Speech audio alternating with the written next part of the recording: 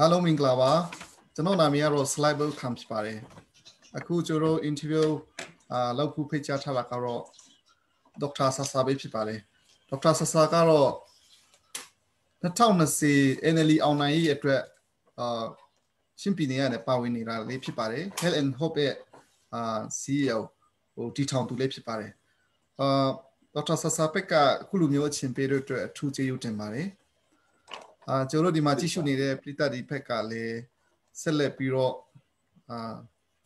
ပြီးတဲ့ထိနောက်ထောင်ပေးဖို့ကလေးဒီကနေဖိတ်ကြားချင်ပါတယ်သူများတည်နိုင်အောင်လေးshare ပေးဖို့ကလေးဒီကနေဟိုအရင်ပြောချင်ပါတယ်ပထမဆုံးအနေနဲ့ Dr. Sasa ရဲ့အခုလက်ရှိ Health and Hope မှာလုပ်နေတဲ့ဟာနဲ့အခြားဖွဲ့စည်းဒီမှာလုပ်နေတဲ့ဟာလေးဒီလေကျွန်တော်အစပထမဆုံးပြောပေးပါဦးဒီ Dr. Sasa ဘက်ကလေးဒီ2010နောက်ပိုင်းမှာပညာတော်တင်ဒီပေါ့နော်နိုင်ငံခြားမှာဆေးလွှတ်တာဒီလေးရှိတော့အဲ့ဒီရဲ့ဟိုဆက်ဆက်မှုလေးဒီလေးပါဒီရှိလေဆိုတော့နည်းနည်းအရင်ဆုံးပြောပေးပါဦးဟုတ်ကဲ့ကျွန်တော်ရဲ့တကယ်ပါဝီမှုကလူသားချင်းစာနာထောက်ထားတဲ့အလုပ်ပါပဲဒါ humanitarian လို့ခေါ်တဲ့လူသားချင်းစာနာထောက်ထားတဲ့ Brahita လုံငါကိုကျွန်တော်နှစ်ပေါင်းများစွာအခုဆိုရင်တော့73နှစ်တိုင်လုတ်ခဲ့ပါပြီအဲ့ဒီတွင်းမှာကျွန်တော်တို့အလုပ်တွေကိုအားလုံးတေချာနားလည်ပေးပြီးတော့အားပေးတဲ့ကျွန်တော်တို့ဒီဒိုဝီမီသားစုအင်္ဂလန်နိုင်ငံကအေရှမီသားလဲကျွန်တော်တို့ Health and Hope ရဲ့အဖွဲ့အစည်းရဲ့နိုင်ရာကဥက္ကဋ္ဌကြီးဖြစ်လာတယ်ဆိုတော့ကျွန်တော်တို့အလုပ်ဟာဒိုဝီမီသားစုတွေတောင်မှစေဝီစားလာတဲ့အလုပ်ဖြစ်လာတဲ့အကြောင်းကိုလည်းကျွန်တော်ဖော်ပြလိုပါတယ်တကယ်ဒါဆိုရင်ဒိုဝီမီသားစုလို့ပြောတဲ့အခါမှာဒိုဝီမီသားစုတွေကဒိုယိုဒါယိုမဟုတ်ဘူးသူတို့ကတကယ်တိတ်ခါရှိရှိနဲ့တကယ်ကဘာမှာလေးစားရတဲ့မီသားစုကြီးဖြစ်တယ် first family လို့လည်းခေါ်လို့ရတယ်ကဘာမှာဆိုတော့သူနဲ့ကျွန်တော်နဲ့တွေ့တာဟာအခုဆိုရင်တော့9ချိန်10ချိန်ရှိပါပြီသူနဲ့ကျွန်တော်နဲ့တွေ့တိုင်းဟာကျွန်တော်ရဲ့ဒီလူသားချင်းစာနာထောက်ထားတဲ့အလုပ်ကိုအတော်မိသားစုကလူကြီးတွေကမေးလေးရှိပါတယ်ကျွန်တော်နဲ့သူတို့နဲ့တွေ့တဲ့အခါမှာတနာရီ2နာရီတခါလေကြာပြီးတော့ကျွန်တော်ရဲ့လုပ်ငန်းတွေကိုဖွင့်ပြလိုက်တဲ့အခါကျတော့တခါတလေကြာရင်သူတို့တာမကပဲနဲ့ဒီလူကြီးပိုင်းတကယ်နိုင်ငံရေးလောကမှာအနောက်နိုင်ငံမှာလှုပ်ရှားနေတဲ့ပုဂ္ဂိုလ်ကြီးတွေတောင်မှတခါလေကြာရင်မျက်ရည်တွေကျပြီးတော့အဲ့လောက်အထိကိုကျွန်တော်ကိုထောက်ခါပေးခဲ့ပါတယ်ဆိုတော့ကျွန်တော်73နှစ်တိုင်လုပ်ခဲ့တဲ့အခါမှာကျွန်တော်တို့ဒီအခုနဆရာပြောတဲ့နိုင်ငံခြားပညာတော်တီကိုလည်းကျွန်တော်ဆေလွှတ်နိုင်ဖို့ရအတွက်ဆူတောင်းလာခဲ့ပါတယ်အဲ့လိုလုပ်တာဟာလည်း10နှစ်ရှိပါပြီဆိုတော့ကျွန်တော်တို့ဟာအခုချစ်ပညာတို့ကိုကြည့်မယ်ဆိုရင်ပညာသားမရှိတဲ့လောက်ဖြစ်နေတယ်ပညာသားလို့ပြောတဲ့အခါမှာဒါကသူတို့ပညာမတတ်နိုင်လို့မဟုတ်ပါဘူးရှင်းတွေဟာလည်းတကယ်ပညာတော်နိုင်ပါတယ်တတ်နိုင်ပါတယ်အခုဘာဖြစ်နေတယ်လဲဆိုတော့ပညာရေးစနစ်ကတော်တော်ကိုပျက်စီးသွားတယ်မြန်မာနိုင်ငံမှာပညာရေးစနစ်ကပျက်စီးသွားတော့လူလည်းပျက်စီးသွားတယ်ဆိုတော့ဘလို့ပဲဖြစ်ဖြစ်ကျွန်တော်တို့ကဒါကိုလက်ပိုက်ပြီးတော့မကြည့်နိုင်လို့နိုင်ငံခြားပညာတော်တီကိုကျွန်တော်10နှစ်အတွင်းမှာ104ယောက်ကိုကျွန်တော်ကူညီနိုင်ခဲ့ပါတယ်မွေးထုတ်နိုင်ခဲ့ပါတယ်အဲ့104ယောက်ထက်ကနေပြီးတော့ဘုရားရဲ့ကျေးဇူးတော်ကြောင့်10ယောက်ဟာနိုင်ငံတကာစေတက်ကတူပေါ့နော်အခုဒီကျွန်တော်တို့တရုတ်နိုင်ငံစေတက်ကတူတို့ဖိလစ်ပိုင်နိုင်ငံစေတက်ကတူတို့မှာအောင်မီစွာစေတက်ကတူကိုတယောက်နိုင်ခွင့်ရရှိခဲ့ပါတယ်ပြီးတော့တစ်ချိန်တည်းမှာပဲ9ယောက်ဟာengineer ပညာကိုရရှိနိုင်ခဲ့ပါတယ်ပြီးတော့10ယောက်ဟာ nursing tech တို့ကိုရရှိနိုင်ခဲ့ပါတယ်အဲ့ဒီမှာအကောင့်စုကတော့သူတို့အားလုံးဒီ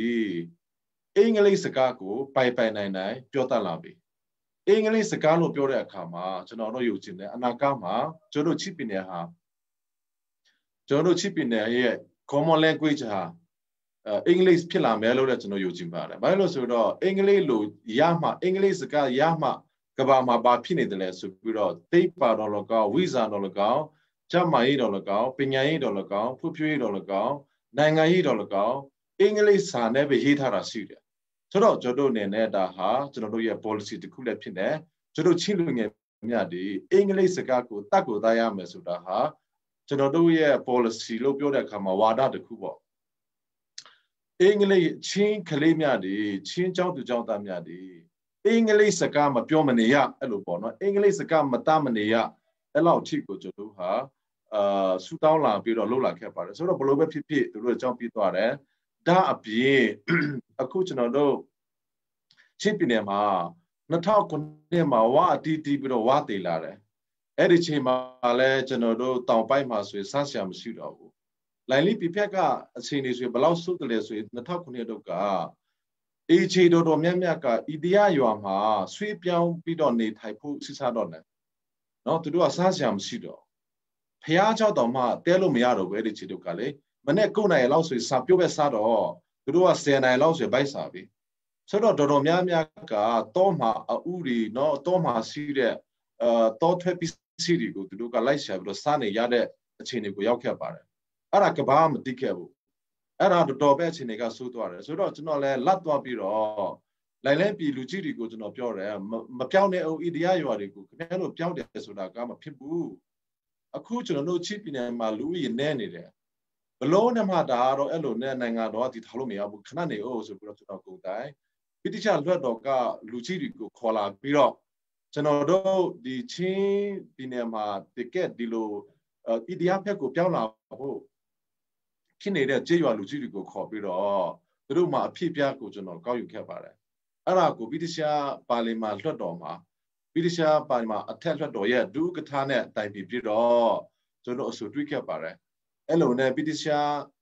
အစိုးရကနေပြီးတော့ကျွန်တော်ချင်းတွေဟာဒုတိယကမ္ဘာစစ်ကတော့၎င်းပထမကမ္ဘာစစ်ကတော့၎င်းเนาะကျွန်တော်ကူညီခဲ့တဲ့ချင်းတွေဖြစ်နေဆိုတဲ့စိတ်ထားဟာလည်းပိဋိချလွှတ်တော်ကမမေ့ပါဘူးဆိုတော့အဲ့လိုစကားတွေကပေါ်လာပြီးတော့နောက်ဆိုကြတော့ပိဋိချအစိုးရမှာတစ်စစ်ကျွန်တော်ချစ်ပြည်နယ်တောင်ပိုင်းအားလုံးကိုရခိုင်ပြည်နယ်မြောက်ပိုင်းအပါအဝင်ပေါ့နော်လူတသိန်းနိပါကို6လစာစီကလပက်ကအစကျွန်တော်တို့ UNDP မှာတစ်စစ်ကျွန်တော်ထိုးပေးနိုင်ခဲ့ပါတာဒါအားလုံးဟာတမိုက်ပါပဲဘယ်တော့ကျွန်တော်ဒီဟာခါမျိုးကျွန်တော်အားလုံးတည်တာပဲဟာခါတောင်ပြိုတို့ကလည်းကျွန်တော်ကိုယ်တိုင်ဟာခါတခုတည်းမဟုတ်ပါဘူးကျွန်တော်ဒီဖက်လဲတောင်ဖက်လဲရေကြီးပြီးတော့မိုးတွေရွာတယ်အဲ့လိုမှရေဘေး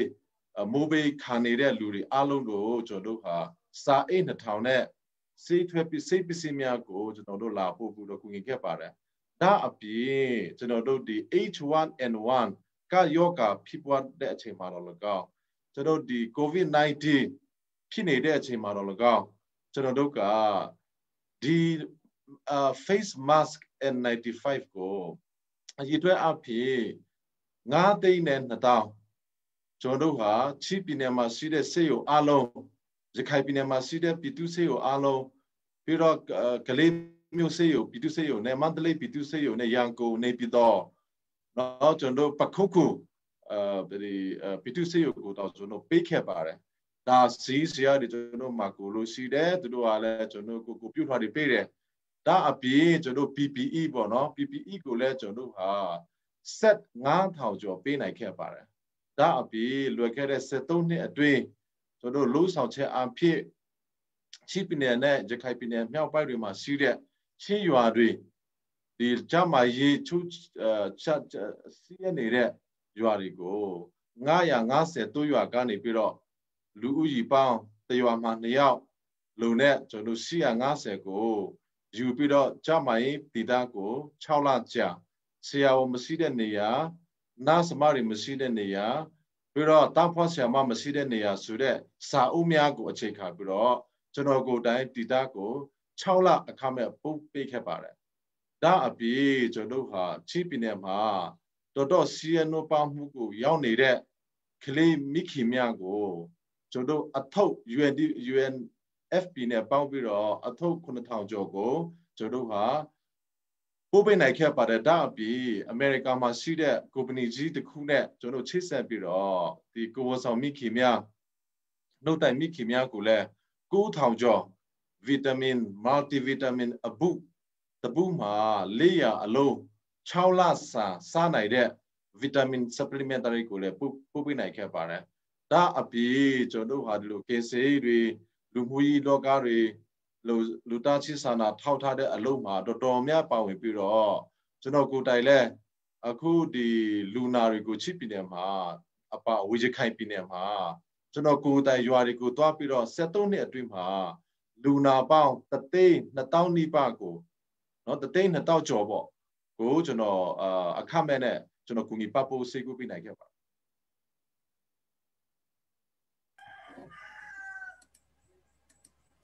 ကျေးဇူးတင်ပါတယ်ကျွန်တော်ဖက်ကလည်းနည်းနည်းပါအဒီကအချာမေးရှာလေးဒီနည်းနည်းများတော့ကျွန်တော်ထပ်ပြီးတော့အခုနပြောတဲ့ team မှာပေါ့နော်ဒီမောက်တမ်ကိစ္စနဲ့ကျန်တဲ့ဟိုကိစ္စတော့ကျွန်တော်ပြန်မေးပါမယ်ကျွန်တော်ခုပါတီ NLD ရဲ့အောင်နိုင်ရေးဖက်ကပါဝင်နေတဲ့အကြောင်းတွေအရင်မေးပါမယ်ပေါ့နော်အဲ့ဒီရဲ့ NLD မှာအောင်နိုင်ရေးအတွက်ဖိတ်ကြားတဲ့ပုံစံနဲ့ကျွန်တော်တို့တွေ့ရတာပေါ့လေဒေါက်တာဆာပက်ကလက်ခံတဲ့အကြောင်းကိုလည်းကျွန်တော် Facebook မှာပြန်တွေ့ရတယ်ပေါ့ဆိုတော့အခုကNLD ပါတီဝင်တယောက်အနေနဲ့လက်ခံတဲ့ပုံစံလားမဟုတ်ဘူးဆိုရင်တော့ NLD ကလုံးဝနိုင်မှဖြစ်နေဆိုတဲ့ပုံစံနဲ့ဝင်လာလားဆိုတာကျွန်တော်သိချင်တယ်ဘာလို့လဲဆိုတော့2010ရွေးကောက်ပွဲ15လောက်ဆိုရင်တော့ချန်ခိုင်နဲ့ပူပေါင်းပြီးတော့ data ဖွံ့ဖြိုးရေးကိစ္စတော့အခြားကိစ္စမှာလက်တွေ့နေတာမြင်ရတာပေါ့လေအခုမှ NLD ဖက်ကပြန်ပါလာတော့ဘယ်လိုပုံစံနဲ့ဒီကိစ္စမှာပါဝင်ဖို့လုပ်ဖို့စီစဉ်ရှိလဲဆိုတာကျွန်တော်သိချင်ပါတယ်ကျွန်တော်တို့2010ကနေပြီးတော့အစိုးရတွေတက်လာတယ်ကျွန်တော်ရွေးကောက်ပွဲတွေရှိလာတယ်ဆိုပြီးဘာကြောင့်ပထမအနေနဲ့ကျွန်တော်ပြောချင်တာကတော့ NGO လောကလို့ပြောရမှာပေါ့နော်အစိုးရမဟုတ်တဲ့အဖွဲ့အစည်းလောကမှာတော့ဘယ်အစိုးရပဲတက်တက်ကျွန်တော်က neutral နဲ့နေရမယ်ဒါကတော့ကျွန်တော်နိုင်ငံတကာစာချုပ်စာနှုတ်ပဲရှာလို့လည်းတည်တာပဲဒါကျွန်တော်ကြားခိုင်းနဲ့ပေါက်တယ် NLD နဲ့ပေါက်တယ်မဟုတ်ပါဘူးအဲ့ဒီခြေတုပ်ကကျွန်တော်ဟာလူမှုရေးလို့ပြောတဲ့အခါမှာလူသားချင်းစာနာထောက်ထားရေးလုပ်နေတဲ့ non governmental organization အနေနဲ့ကျွန်တော်ဟာနိုင်ငံရေးမှာနိုင်ငံရေးလောကမှာ neutral နဲ့နေဖို့အရေးကြီးတယ်ဒါပေမဲ့လည်းအခုကကျွန်တော်ဟာ NLD ကကျွန်တော်ကိုဖိတ်တယ် NLD ကကျွန်တော်ကိုဒီလိုအောင်နိုင်မှာနာမည်ထက်တယ်ဆိုတာကလည်းတကယ်တော့ဆိုရင်ကျွန်တော်တို့ကဒီအချိန်မှာဒီလိုဖြစ်လာတာမဟုတ်ပါဘူးဒီကိစ္စကိုကျွန်တော်ဟာပြောတာကြာလာပါပဲအဓိကတော့ကျွန်တော်တို့အနေနဲ့ဒီ NLD ကဘာဖြစ်လို့ NLD လဲဆိုတာကိုကျွန်တော်ပထမဆုံးပြောချင်ပါတယ် NLD ကလွှတ်လို့မြန်မာနိုင်ငံမှာ Federal Democracy အတွက်နှစ်ပေါင်း30နှစ်လောက်လာခဲ့တဲ့ပါတီမရှိပါဘူးအခု NLD ကကျွန်တော်တို့ချင်းတိုင်းသားတွေတော်၎င်းမြန်မာနိုင်ငံတစ်ခုလုံးနဲ့နိုင်ငံတော်တစ်ခုလုံးအတွက်ကိုနိုင်ငံရေးလောကမှာလှုပ်ရှားလာခဲ့တာเนาะကဘာလဲတည်တယ်မြန်မာပြည်သူပြည်သားတွေလည်းအားလုံးတည်တယ်ကျွန်တော်လည်းတည်တယ်ခင်ဗျားလည်းတည်တယ်ဆိုတော့ NLD မှလွတ်လို့တခြားပါတီကအဲ့တော့မရှိသေးဘူးလေအခုကျွန်တော်တို့နိုင်ငံရေးပါတီတွေမွေးဖွားလာတာဟာလဲ NLD ရဲ့ကျေးဇူးရှင် NLD ကကျေးဇူးရှင် NLD ကနိုင်ငံရေးလောကမှာလှုပ်ရှားလာတဲ့အတွက်ကြောင့်ဒီနေ့ဆိုတော့မြန်မာနိုင်ငံမှာနိုင်ငံရေးပါတီပေါင်း93အထိတောင်ရှိလာပြီဆိုတော့ကျွန်တော်2010ရွေးကောက်ပွဲတော်၎င်း2015ရွေးကောက်ပွဲတော်၎င်း2020ရွေးကောက်ပွဲတော်၎င်း NLD ပါတီရဲ့လုံးဆောင်ချက်ကြောင့်အတိအဖွင့်တွေဖြစ်နေဆိုတာကိုဘယ်ပါတီမဆိုအဲ့ဒါကတော့နိုင်ငံရေးတောင်မဟုတ်ဘူး it's a fact ဒါကြောင့်မလို့ကျွန်တော်ကမြန်မာနိုင်ငံကိုဒီမိုကရေစီနိုင်ငံဖြစ်တာမြင်ချင်တယ်ကျွန်တော်မြန်မာနိုင်ငံကို Federal ပြည်ထောင်စုဖြစ်တာမြင်ချင်တယ်ကျွန်တော်ချစ်ပြည်နယ်ကိုလည်း Federal ပြည်နယ်ဖြစ်ချင်တာကိုကျွန်တော်ဖြစ်တာကိုကျွန်တော်မြင်ချင်တယ်ကျွန်တော်တို့ဒါအားလုံးကိုခြုံပြီးတော့ကြည့်မယ်ဆိုရင်ကျွန်တော် NLD ပါတီမှာပါလာတာဟာမထူးဆန်းပါဘူးလို့ကျွန်တော်ပြောချင်တယ်ပြီးတော့ကျွန်တော်ပြောချင်တာကလည်းဘာကြောင့် NLD လဲ NLD လို့ပြောတဲ့အခါမှာ NLD ပါတီရဲ့အထူးသဖြင့်ပေါ့အမေစုအခုအမေတော်အောင်ဆန်းစုကြည်ကနိုင်ငံတော်တိုင်ပင်ခံပုဂ္ဂိုလ်ကမြန်မာနိုင်ငံကိုပြလာပြီးတော့တကက်ပျက်စီးနေတဲ့မြန်မာနိုင်ငံကိုဒီလိုနိုင်ငံရေးလောကမှာဥဆောင်မှုမလုပ်လာခဲ့ရင်မြန်မာနိုင်ငံဟာပျက်စီးတာကြာလှပြီအခုလွှတ်တော်လည်းရှိမှာမဟုတ်ဘူးအခုရွေးကောက်ပွဲလည်းရှိမှာမဟုတ်ဘူးဟုတ်ပြီ ရွေးကောက်ပွဲတို့လွှတ်တော်တို့ဟာနိုင်ငံရေးအတိအဖွင့်တွေဖြစ်နေဒါဟာအောင်ဆန်းစုကြည်ကိုယ်တိုင်ပိတ်ဆို့မှုအသက်နဲ့ရင်းပြတော့ပိတ်ဆို့မှုဖြစ်တဲ့အတွက်ကြောင့်ကျွန်တော်အားလုံးဟာလည်းဒါကိုအတိအမှပြုတင်တယ်ဒူတာပြမလာခဲ့ရင်တစ်ဖက်ကဆိုရင်တော့ဘတော့ဒီမိုကရေစီမလို့ချင်ဖို့ဒီမှာလည်းတည်တယ်လေကျွန်တော်လည်းတည်တယ်လေမြန်မာနိုင်ငံဟာကိုလိုနီခေတ်မှာ60နှစ်နေလာခဲ့တယ်ဆီအာနာစီခေတ်မှာ50နှစ်နေလာခဲ့တယ်သူတို့ကဆီအာနာစီကိုနှစ်100လို့ချင်တယ်ဖြစ်နိုင်တော့နှစ်200လို့ချင်တယ်တစ်ဖက်ကဒီမိုကရေစီကိုလိုချင်တာမတူလဲအောင်ဆောင်စီပဲမဟုတ်ဘူးလားမြန်မာနိုင်ငံအတွက်ဒီမိုကရေစီကိုတကယ်တောင်းဆိုလာခဲ့တာဟာလဲကျောင်းသူကျောင်းသားတွေမဟုတ်ဘူးလားဥနေဝိခေတ်က60နှစ်နော်88ရေခေတ်ပြီးတော့နောက်ဆိုကြရင်လဲကျွန်တော်တို့ဒီဆွေဝါရောင်ဒေါ်လာကြီးအလို့ဟာလဲဒီမိုကရေစီနဲ့ဖက်ဒရယ်ကိုတောင်းတလို့အကြည့်လို့ဖြစ်နေကျွန်တော်တိုင်းသားတွေဟာလဲတကယ်တမ်းဆိုရင်တော့ဒီနေ့တိုင်းပွဲဝင်ပြီးတော့ကျွန်တော်တို့နှစ်ပေါင်း80ဒေါ်လာကြီးလုံးနေရတာဘာအဓိပ္ပာယ်လဲကျွန်တော်ဒေါ်လာကြီးလုံးနေရတာဟာ Federal Democracy ရရှိနိုင်ဖို့အတွက်ဒေါ်လာကြီးကိုလုံးရချစ်ဖြစ်တယ်ဒါကြောင့်မလို့မြန်မာနိုင်ငံမှာကျွန်တော်အမြင်မှာတော့ပါတီနှစ်ခုပဲရှိတယ်မြန်မာနိုင်ငံမှာပါတီနှစ်ခုပဲရှိတယ်ကျွန်တော်အမြင်မှာလေပါတီတစ်ခုကဒီမိုကရေစီကိုမလိုလားတဲ့ပါတီ Federal ကိုမလိုလားတဲ့ပါတီပါတီတစ်ခုကအသက်နဲ့ရင်းပြတော့32နှစ်တိုင်ဒီမိုကရေစီအတွက်အသက်ကိုပေးခဲ့တဲ့ပါတီနော်32နှစ်တိုင်Federal အတွက်ကိုအသက်ကိုပေးခဲ့တဲ့ပါတီဒါ NLD ပဲလေဒါကလူတိုက်သိတယ်လေဆိုတော့ကျွန်တော်ပြောချင်တာကတော့အောင်ဆန်းစုကြည်ဟာလဲ house arrest နော်သူ house arrest မှာ14နှစ်15နှစ်နေတယ်လေဘာကြောင့်လဲ Federal ရရှိရအတွက်လေသူကအမေရိကန်မှာနေနိုင်တယ်အင်္ဂလန်နိုင်ငံမှာအေးစစ်နေလို့ရတယ်ဘာကြောင့်သူက house arrest မှာ15နှစ်နေတယ်လေအဲ့ဒါဒီမိုကရေစီကြောင့်ဖြစ်တယ်အဲ့ဒါ Federal ကြောင့်ဖြစ်တယ်သူ15နှစ်အချုပ်မှာနေလို့အခြေအချုပ်မှာနေလို့အခုရွေးကောက်ပွဲလည်းဖြစ်လာတယ်သူ15နှစ်เนาะဒီကျွန်တော်တို့ဒါအလုပ်ကတမိုင်းပဲလေဒါငြီးလို့မရတဲ့တမိုင်းတွေလေဆိုတော့ကျွန်တော်အနေနဲ့ကျွန်တော်ဟာ NLD မှာပါလာတာဟာကျွန်တော် Federal ရရှိအတွက်ပါလာတာဖြစ်နေကျွန်တော် NLD မှာပါလာတာဟာမြန်မာနိုင်ငံကြီးဒီမိုကရေစီရရှိနိုင်ဖို့ရအတွက်ပါလာခြင်းဖြစ်ခဲ့တော့ကျွန်တော်အနေနဲ့ဒီလွှတ်တော်မှာเนาะဒီစစ်သားတမတော်သား166ယောက်ကိုလည်းထွက်သွားပြီးတော့နော်တိခါရှိရှိပြည်သူလူထုကိုချင်းတဲ့စိတ်ဒီမိုကရေစီကိုချင်းတဲ့စိတ်ဖက်ဒရယ်ကိုချင်းတဲ့စိတ်နဲ့သူတို့ထွက်သွားတဲ့နေမှာမြန်မာနိုင်ငံဟာနော်ကျွန်တော်တို့ဒီမိုကရေစီရတော့နေဖြစ်နေမြန်မာနိုင်ငံဟာဖက်ဒရယ်ရတော့နေဖြစ်နေချစ်ပြည်နယ်နဲ့ရခိုင်ပြည်နယ်တို့ကချင်နဲ့ကရင်ရှမ်းမွန်အားလုံးဟာဖက်ဒရယ်ပြည်နယ်ဖြစ်လာရင်တိုက်ပွဲတော့မရှိတော့ဘူးဘယ်သူမှလက်နဲ့မကင်ချင်ပါဘူးဘယ်သူမှတိုက်ပွဲကိုမကြိုက်ပါဘူးဘယ်သူမှကြီးစားတွေပါတွေကိုမကြိုက်ပါဘူးကျွန်တော်တို့က Federal ကိုကြိုက်တယ်ကျွန်တော်တို့က Democracy ကိုကြိုက်တယ်ဒါကျွန်တော်တို့အတွက်အကိုက်ငီဆိုဖြစ်တယ်ဒါကြောင့်မလို့ကျွန်တော် NLD မှာဝီလာချင်းကိုမအားအောကြဖို့ဒါမထူးဆန်းပါဘူးလို့ကျွန်တော်ပြောပြစေဒီ online မှာဒီပြုတ်ကြဆူကြတာရှိတာပေါ့လေ NLD ကဒီတော့အောင်ဆန်းစုကြည်မရှိဘူးဆိုရင်တော့အခုခေါင်းဆောင်ပိုင်းတွေကတော့တမတော်ဟောင်းဒီပေါ့နော်တကယ်ဒီတိုင်းသားကြီးကိုတိတ်ဂယုမဆိုင်တဲ့လူကြီးတွေပါတယ်ပေါ့အဲ့လိုပြောကြဆူကြတာရှိတယ်ပေါ့နော်ဒီကိစ္စမှာတကယ်လို့များတော့စုတာမပါဝင်နောက်ပိုင်းမှာမပါဝင်နိုင်တော့တဲ့နောက်ပိုင်းမှာဘယ်လိုချီနေဖြစ်နိုင်လဲဆိုတာသုံးသပ်ပေးပါ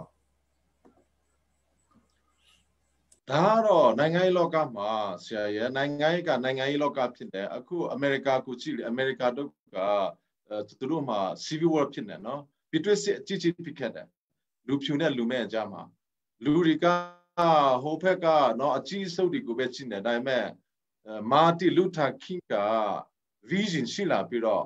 I have a dream ကျွန်တော်မှာ image ရှိတယ်ဆိုပြီးတော့လူဖြူနဲ့လူမဲပေါင်းစည်းကိုသူကစပြီးတော့ movement လုပ်လာခဲ့တယ်ဆိုတော့အခုအမေရိကန်နိုင်ငံဟာကမ္ဘာမှာအကောင်းဆုံးနိုင်ငံတစ်ခုဖြစ်သွားပြီဟုတ်ပြီကျွန်တော်တို့ဒီနိုင်ငံရေးလောကကိုကြည့်မယ်ဆိုရင်လည်းမဟာတမဂန္ဒီတို့နန်ဆန်မန်ဒလာတို့ကတကယ်အရေးကြီးတဲ့ပုဂ္ဂိုလ်တွေမဟုတ်ပါဘူးเนาะသူတို့ကတော့ကလာပညာရေးအဖြစ်တော့၎င်းဘာဖြစ်တော့၎င်းတကယ်တော့ကြည့်မယ်ဆိုရင်เนาะအမေရိကရဲ့တမိုင်းမှာ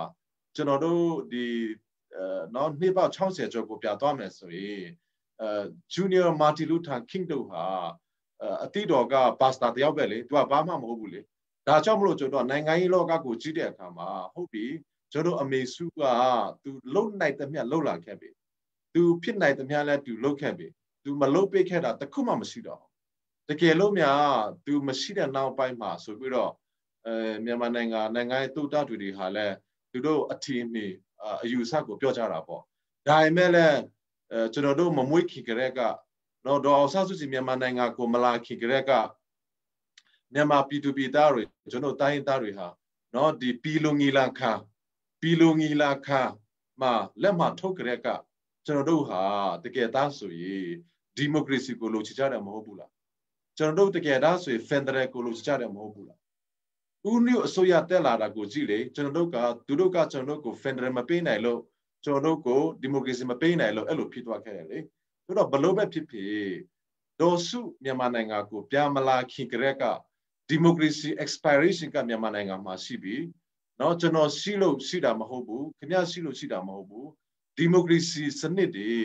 မြန်မာနိုင်ငံပြည်သူပြည်သားအားလုံးလိုလားတောက်တနေတဲ့စနစ်ဖြစ်တဲ့အတွက်ကြောင့်တနေ့တစ်ချိန်ဒီဖြစ်ကိုဖြစ်ရမယ်ရှိကိုရှိရမယ်ဆိုတော့ဟုတ်ပြီအမေစုလုံနိုင်တလောက်ကသူလုံခဲ့ပြီသူမလုံတဲ့နိုင်တော့တဲ့နောက်ပိုင်းမှာသူအသေးကြီးတဲ့နောက်ပိုင်းမှာကျွန်တော်လည်းရှိတာပဲလေကျွန်တော်လူမဟုတ်ဘူးလားကျွန်တော်လိုရမယ်လေလူငယ်တွေထမြောက်ပေါ့ခင်ဗျချင်းတရားလို့လဲလာပေါ့အတူတကွဒီမိုကရေစီအတွက်ကိုလိုရအောင်လေအတူတကွဖက်ဒရယ်အတွက်ကိုလိုရအောင်လေဒါမှမဟုတ်ပဲနဲ့တယောက်တစ်ပတ်ဟိုမှာပြီးတော့ပုတ်ခတ်နေဘယ်တော့မှဒီမိုကရေစီကမရနိုင်ဘူးဆိုတော့တိုင်းသားကတော့၎င်းဗမာပေါ့နော်ဗမာလဲတိုင်းသားတစ်မျိုးပဲတိုင်းသားတစုပဲအဲ့လိုနဲ့ကျွန်တော်တိုင်းသားအားလုံးမြန်မာနိုင်ငံဒီတိုင်းသားနိုင်ငံဖြစ်တယ်တိုင်းသားလို့ပြောတဲ့အခါမှာဗမာလဲတိုင်းသားဖြစ်တယ်ဆိုတော့ကျွန်တော်အားလုံးဟာဗမာတော်၎င်းချင်းတော်၎င်းရခိုင်ရှာမွန်အားလုံးအတူတကွ NLD မှာမတ်တရားပြီးတော့အတူတကွ NLD မှာပူပေါင်းပြီးတော့ဒီမိုကရေစီနဲ့ဖက်ဒရယ်အတွက်ကိုလုပ်မယ်ဆိုရင် P2E အဖြစ် P2 အတာဖြစ်ဒီမိုကရေစီကိုရမယ်ဖြစ်ပါတယ်ဒါမှမဟုတ်ပဲနဲ့ကျွန်တော်တို့မှာ divide and rule လူကိုခွဲခြားပြီးတော့ဆက်ဆံမယ်လူကိုကျွန်တော်တို့ကတိုင်းသားတွေကိုလည်းပါတီ93အထိပါတီရှိလာတာဟာကျွန်တော်မယုံနိုင်ဘူးမရှိသင့်ဘူးလေအမေရိကန်တို့ကိုကြည့်လေတကယ်သူတို့ကနိုင်ငံပါတီဆိုတာနိုင်ငံရေးပါတီနှစ်ခုပဲရှိတယ်အင်္ဂလန်နိုင်ငံလည်းကြည့်နိုင်ငံရေးပါတီနှစ်ခုပဲရှိတယ်နော်ကျွန်တော်တို့အိန္ဒိယနိုင်ငံလည်းကြည့်တကယ်နိုင်ငံရေးပါတီကြီးကြီးနှစ်ခုပဲရှိတယ်မြန်မာနိုင်ငံကြမှာဘာဖြစ်လို့နိုင်ငံရေးပါတီက93ရှိနေတယ်လဲဒါဟာလဲတိုင်းသားတွေကိုတွေးခွဲပြီးတော့ပါတီအများကြီးပေါ်လာအောင်လုပ်ပေးလိုက်တဲ့လက်ကွက်တစ်ခုပါပဲဒါကျွန်တော်အားလို့တိဖို့လို့တယ်တိုင်းသားတွေကလည်းဒီလိုအလေးမခံရတော့ဘူးကျွန်တော်တို့ကတော့စစ်စမ်းတင်ပြီနားလည်တင်ပြီနေ့ပေါက်80ကျော်ကျွန်တော်ဒီလိုနေလာခဲ့ပြီမရတော့ဘူးကျွန်တော်တို့က united we stand divided we fall ကျွန်တော်တို့ကအားလုံးအတူတကွနေထိုင်တဲ့ကျွန်တော်နိုင်ငံရေး expiration ကနော်ဒီမိုကရေစီဖြစ်တယ်ဒီမိုကရေစီဟာ for the people by the people လူထုကရွေးမယ်လူထုအစိုးရဖြစ်ရမယ်လွှတ်တော်ထဲမှာဒါမဟုတ်ပဲနဲ့85%ပဲလူထုကရွေး25%ကငါနဲ့ငါလာမယ်ဆိုတာကဘယ်တော့မှဒီမိုကရေစီမဖြစ်နိုင်ဘူးမြန်မာနိုင်ငံဟာဒီမိုကရေစီမရသေးဘူးဆိုတာအားလုံးနားလည်ဖို့လိုတယ်ဘယ်နိုင်ငံမှာမှဒါပြည်တိနိုင်ငံဒီမိုကရေစီအိန္ဒိယနိုင်ငံဒီမိုကရေစီမရှိဘူးအင်္ဂလန်နိုင်ငံဒီမိုကရေစီမရှိဘူးဒီမိုကရေစီကဒီမိုကရေစီ democracy is a political system ဒီမိုကရေစီဆိုတာကတော့နိုင်ငံရေးစနစ်တစ်ခုဖြစ်တယ်85%ဒီမိုကရေစီမရှိဘူး25%ဒီမိုကရေစီအဲ့လိုချားဘူးလားကဘာမှာဘယ်နိုင်ငံမှမရှိဘူးလေဒီမိုကရေစီဆိုတာရာခိုင်နှုန်းနဲ့မတွဲဘူးဘယ်သူကဒီမိုကရေစီကိုရာခိုင်နှုန်းလာတွဲတယ်လဲမရဘူးလေ democracy is by the people for the people အမြဲတမ်းဖြစ်နေရမယ်အခုကလွှတ်တော်ထဲမှာလူထုကမရွေ့တဲ့တမတော်သားဖက်က166ရှိနေတာပြဿနာကြီးကြီးဖြစ်တယ်။ဒီနေ့ကျတော့ကျွန်တော်ယူကြည့်ပါတယ်သူတို့ကအဲ့ဒါထက်ကနေပြီးတော့เนาะလူထုကိုချင်းတဲ့စိတ်ဓာတ်ဒီမိုကရေစီကိုမျှနှုတ်တဲ့စိတ်ဓာတ်တိုင်းပွဲတွေအကုန်လုံးငြိမ်စေနိုင်ဖို့ကတော့တမတော်သားဖက်ကနေပြီးတော့တိဆန်ရှိရှိဒိတ်ခါရှိရှိနဲ့လွှတ်တော်ထက်ကနေပြီးတော့เนาะဒီ166ရောက်များများထွက်ပြီးတော့အဲ့ဒါပြီးမှလူထုကရွေးကောက်တင်မြောက်တဲ့490 ယောက်ကပဲဖွဲ့စည်းပုံကိုပြရေးမယ် ဖွဲ့စည်းပုံကိုပြောင်းနိုင်တဲ့အနေထားရှိတယ်ဒါမှမဟုတ်ပဲနဲ့အခုလို့ကျွန်တော်တို့က166ယောက်ကဖွဲ့စည်းပုံခြေခါဥပဒေမှာဗီတိုအာဏာယူနေတာကတော့အဲ့ဒီဗီတိုအာဏာကဘယ်သူကပေးတယ်လဲအဲ့ဒီဗီတိုအာဏာကလူထုကပေးတာမဟုတ်ဘူးဆိုတော့ဒါဒီမိုကရက်တစ်မဟုတ်ဘူးလေ it's not democratic ဆိုတော့ကျွန်တော်ဖွဲ့စည်းပုံကိုတိုက်ကဒီမိုကရေစီမဟုတ်တဲ့အခါကျတော့ကျွန်တော်အားလုံးဒီမိုကရေစီရေးနဲ့ Federal ရေးကိုအားလုံးဆောင်ရွက်ဖို့ရည်ကြည်တယ်ဟုတ်ဒီ NLD ဆိုရင်တော့အဓိကကတော့ဒီမိုကရေစီကအဓိကဥစားပေး Federal ဆိုတဲ့စကားလုံးတောင်ကျွန်တော် NLD manifesto မှာမတွေ့ရဘူးပေါ့နော်သူကဒီမိုကရေစီ Federal ပေါ့ကိုပန်ပြတ်ထန်ခွင့်ဆိုတဲ့အဓိကတော့ between တိုင်းသားနဲ့ between ချိုင်းဆိုတဲ့ခေါင်းစဉ်အောက်မှာတွားတဲ့ဟာကျွန်တော်မြင်ရတာပါဆိုတော့အဲ့ဒါ Federal ကတကယ် NLD ဖက်ကလူလာလာပေါ့ဟောဆောင်နိုင်မဲ့အခြေအနေရှိသလားဆိုတဲ့ဟာနည်းနည်းပြောပါဦးပြီးရင် Federal Democracy တို့ Democracy Federal တို့ဒါဝဟာရအရာကွေးတွေနှစ်တာတော့တူတူပဲလို့ပြောကြတယ်ဒါပေမဲ့ဒီတိုင်းသားပါတီဖက်ကတော့ Federal Democracy ပုံမှန်တုံးတာပေါ့နော် NLD ကတော့ Democracy Federal ပုံမှန်ဖြစ်နေတဲ့ဟာကိုဘလို့ပုံဆိုင်တုံးတက်ချင်ပါတယ် The Federal Democracy ပဲခေါ် Democracy Federal ပဲခေါ်အတူတူပဲကျွန်တော်ချင်းတိုင်းသားဖက်ကတော့တိတ်တဘုံမကောက်ဘူးကျွန်တော်ချင်းတွေကတခါတလေကြိုက်လေကျွန်တော်တို့ကနော်ဖះเจ้าတွေမှာလေထိုင်ကိုကိုအဲ့ဒါမှာထိုင်ကိုအဲ့ဒါမှာဆိုအငိပွားနေကြတယ်ဒါဒီကတော့ခလေးစံတယ်ဒါအဓိပ္ပာယ်မရှိတော့ထိုင်ကိုကထိုင်ကိုပဲဘယ်နေရာမှာပဲထထိုင်ကိုပဲလေဆိုတော့ကျွန်တော်အနေနဲ့ democracy ဆိုတာက by the people for the people လူထုကရွေးတဲ့ကိုယ်စားလှယ်ဖြစ်ရမယ်လူထုအစိုးရဖြစ်ရမယ်အဲ့ဒါ democracy အနှစ်သာရဒါကိုမလွတ်ဖို့လိုတယ် Federal ဆိုတာကကျွန်တော်တို့အနေနဲ့ power sharing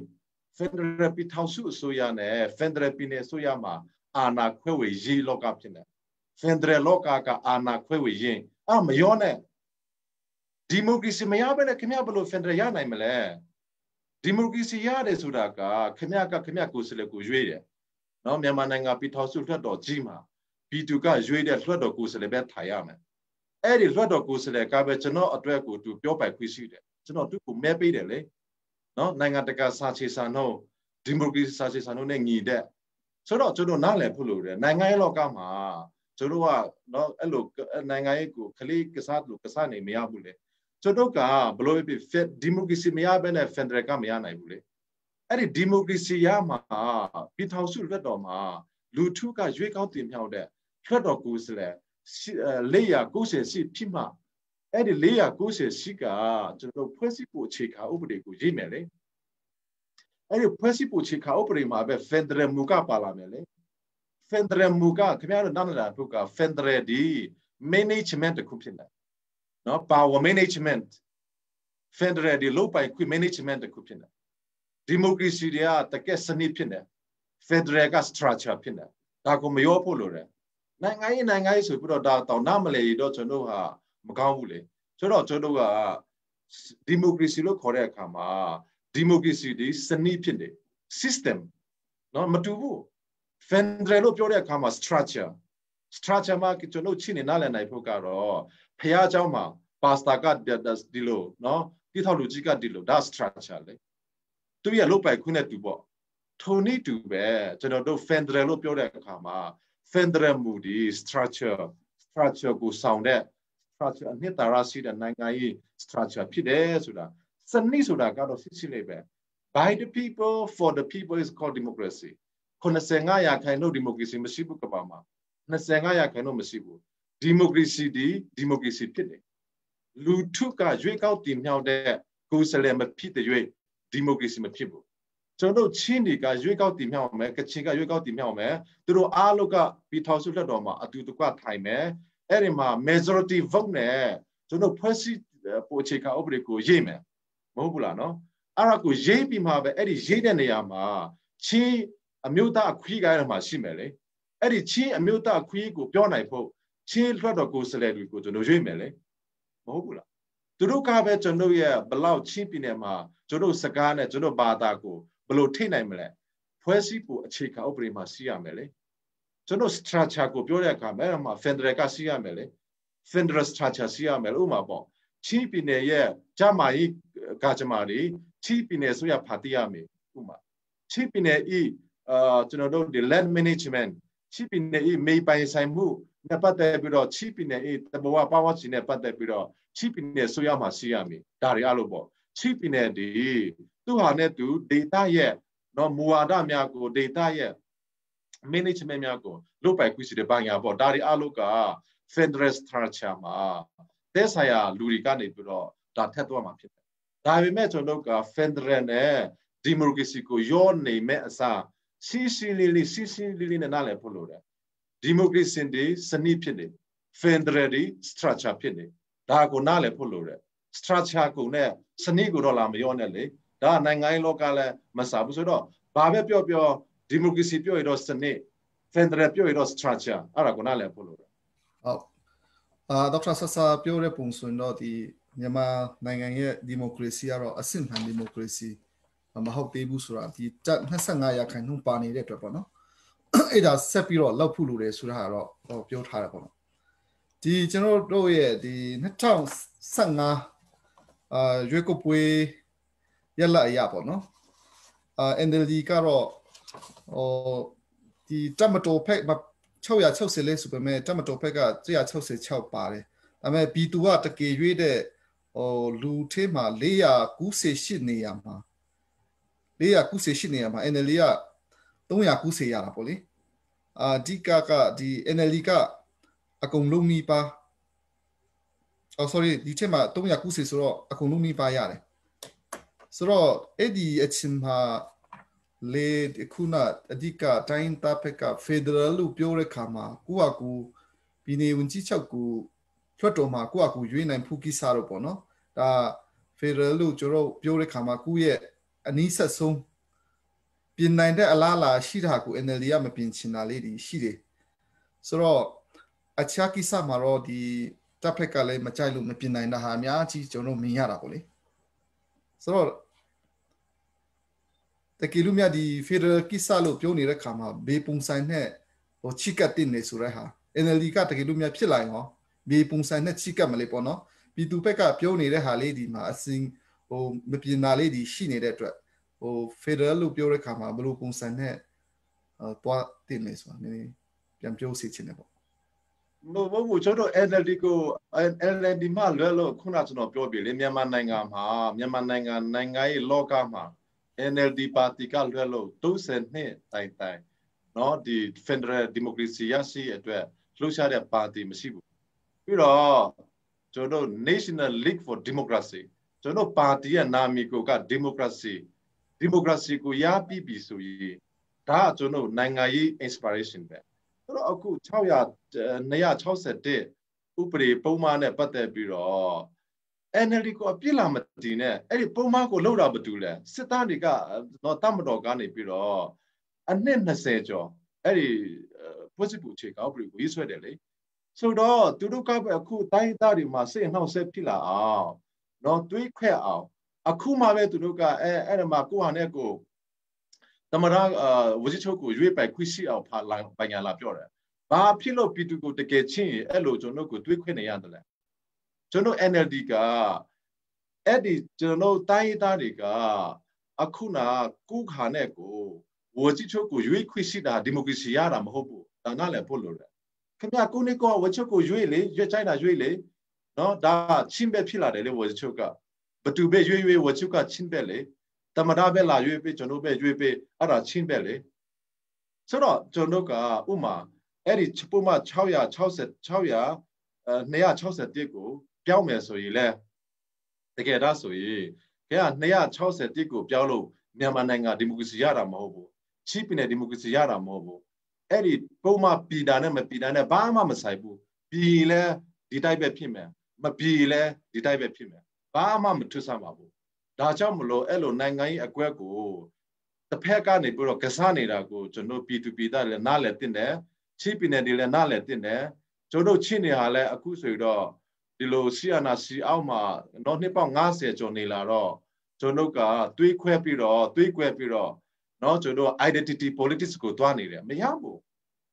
ကျွန်တော်ကြေးရွာ politics တို့လူမျိုးဆွဲနိုင်ငံကြီးတို့ဘာသာဆွဲနိုင်ငံကြီးတို့အခုနကျွန်တော်ပြောသလို data ဆွဲနိုင်ငံကြီးတို့ကတော့ဘယ်တော့မှဟုတ်ထိမရောက်ဘူးကျွန်တော်က democracy ဆွဲနိုင်ငံကြီးဖြစ်ရမယ် federal ဆွဲနိုင်ငံကြီးဖြစ်ရမယ်အဲ့ဒါကျွန်တော်တို့က nationalism ပဲကျွန်တော်တို့ရဲ့နိုင်ငံရေး identity ကတာပါပဲဒါကြောင့်မလို့ကျွန်တော်တို့အနေနဲ့ဒီချီပီနယ်ကသူ့ဟာနဲ့သူဝါချချုပ်ကိုရွေးနိုင်ခွင့်ရှိလဲဒါဟာ democracy နဲ့ရတယ်မဟုတ်ပါဘူးဘာမှဒါမထူးဆန်းပါဘူးအခုကျွန်တော်ဆိုပါစို့2020မှာ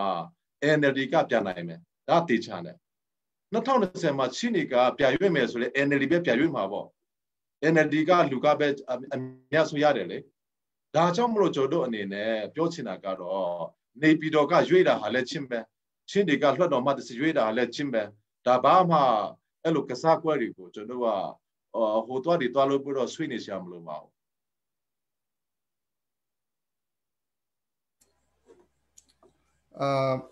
အခုနကျွန်တော်မေးတဲ့ဟာကတော့အဓိကဒီတိုင်းသားပါတီဖက်ရော NLD ရောအစကတိကပေါ့နော်ပြည်နယ်ဝန်ကြီးချုပ်ကိုပြည်နယ်လွှတ်တော်ကရွေးဖို့ဆိုတာအစကတိကပြောထားပြီးသားရှိတယ်တပ်ဖက်ကအရင်ကတော့လက်မခံဘူးပေါ့နော်အခု NLD ကြမှာဟိုတက်ကပြန်လက်ခံပြီးတော့ NLD ကပြန်လက်မခံဘူးဆိုတာမျိုးတွေရှိတာအဓိကတော့ဒီ Federal လို့အနည်းဆက်ဆုံးပြောတဲ့အချိန်မှာအဲ့ဒါလေးကအရေးကြီးလို့ကျွန်တော်ထင်လို့အဲ့လိုမေးတာဖြစ်ပါတယ်ပြီးရင်တခုဒီ NLD စုရတက်လာတဲ့နောက်2015တက်လာကြတဲ့ကသူတို့အတိကသမတကလေးပြောတယ်ဒီအတံပင်ခံရလေးပြောတဲ့ဟာရှိတာပေါ့လေနံပါတ်1ကတော့ပြည်တွင်းငင်းချမ်းရေးလောက်မယ်ပေါ့နံပါတ်2ကတော့အမျိုးသားပြည်လေတင်မြရေးလောက်မယ်ပေါ့နံပါတ်3ကတော့ဥပဒေစုမှုရေးလောက်မယ်လို့အဲ့ဒီ3ခုကိုလက်ကန်ထားပြီးတော့ဒီနေ့ထိပေါ့နော်တွားနေတယ်ဆိုတော့ဒီ NLD စုရဟိုမှာပြန်ကြည့်တဲ့ခါမှာပြည်တွင်းငင်းချမ်းရေးကလည်းပူဆူးတယ်လို့ဖြစ်တယ်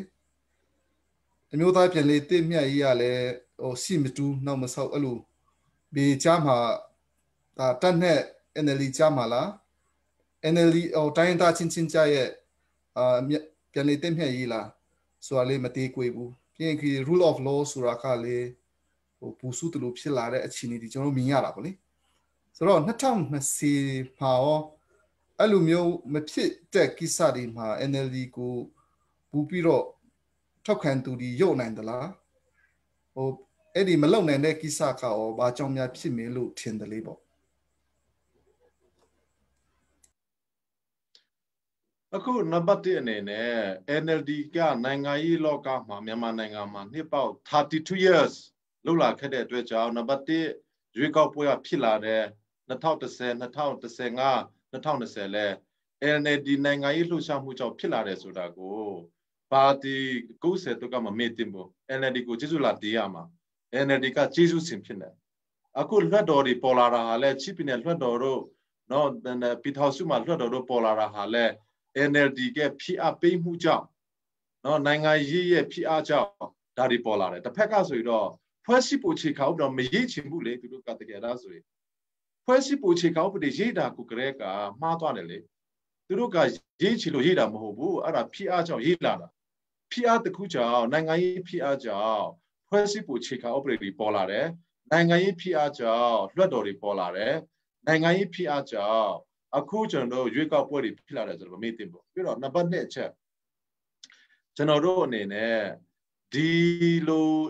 လက်နဲ့ကိုင်ဒေါ်လကောက်လက်နဲ့ပြပခါเนาะဒီစစ်ပြပခါတွေများလာတယ်ဆိုတာက NLD နဲ့မဆိုင်ဘူးတစ်ဖက်ကနဲ့ဆိုင်တယ်ဆိုတော့ကျွန်တော်တို့အနေနဲ့ဒါကငိတ်ချိုင်းကိုဘသူကမငိတ်ချအောင်လုပ်နေတယ်လေဘသူကနိုင်ငံကိုမငိတ်ချအောင်လုပ်နေတယ်လေပြည်သူတွေတိတယ်လေအဲ့ဒါကိုဟာဆောင်မနေနဲ့လေအရှိကိုစိတ်တိုင်းပြောလေအဖြစ်ကိုဖြည့်တိုင်းပြောလေဆိုတော့ကျွန်တော်တို့အနေနဲ့ပြောဒီပိုအခြေခါဥပဒေကနိုင်ငံဒီမိုကရေစီစာချေစာနှုတ်နဲ့မညီတွေတိုင်းတလက်နဲ့ကြိုင်တော့ရှိနေမှာပဲเนาะဒါဒေါ်လာကြီးတစ်ခုဖြစ်နေသူတို့ဘာအတွက်ဒေါ်လာနေတယ်လဲသူတို့က Federal ရေးအတွက်ကိုဒေါ်လာနေတယ်လေသူတို့ CNF လည်းရှိတယ် CNL လည်းရှိတယ်အခုကျွန်တော်တို့ကဒါတွေအလုပ်ဒီ ceasefire agreement and nationwide ceasefire agreement ဒါတော့အပြစ်ခါရစေးရဲ့အစီအမံရှိသေးတယ်တကယ်လို့များကျွန်တော်ဒီမိုကရေစီမရဘူး Federal မရဘူးဆိုရင်တိုက်ပွဲကဒီထက်ပြစ်ထားအောင်ပါပဲတိုက်ပွဲကဒီထက်များအောင်ပါပဲဒါကတော့ခင်ဗျားတို့အလုပ်ခံမလို့ရတယ်လေဒါ NLD ကိုပြစ်လာမတင်နဲ့လေ NLD ကပဲ Federal အတွက်ကိုနှစ်ပေါက်30နှစ်လောက်လာခဲ့တာမဟုတ်ဘူးလား NLD ကပဲဒီမိုကရေစီအတွက်ကိုနှစ်ပေါက်30နှစ်လောက်လာခဲ့တာမဟုတ်ဘူးလားဘာကြောင့်မလို့တစ်ဖက်ကဒါတွေအားလုံးအခုကျွန်တော်ချင်းတွေဟာဒီမိုကရေစီရရင်တိုက်ပွဲတော့ဘယ်သူမှမဝေချင်ဘူးကချင်နဲ့ကီနဲ့ရှားနဲ့မွန်နဲ့ကြခိုင်အားလုံးက Federal ပြည်နယ်ရရင်ဘယ်သူမှတိုက်ပွဲမဝေချင်ဘူးခင်ဗျာ2010ဖွဲ့စည်းပုံအခြေခံဥပဒေကိုဖတ်လေကျွန်တော်10ချိန်လောက်ဖတ်ပြီအဲ့ဒါမှဒီမိုကရေစီအနှစ်သာရတစ်ခုမှမရှိဘူးအဲ့ဒီနေရာမှာ Federal အနှစ်သာရတစ်ခုမှမရှိဘူး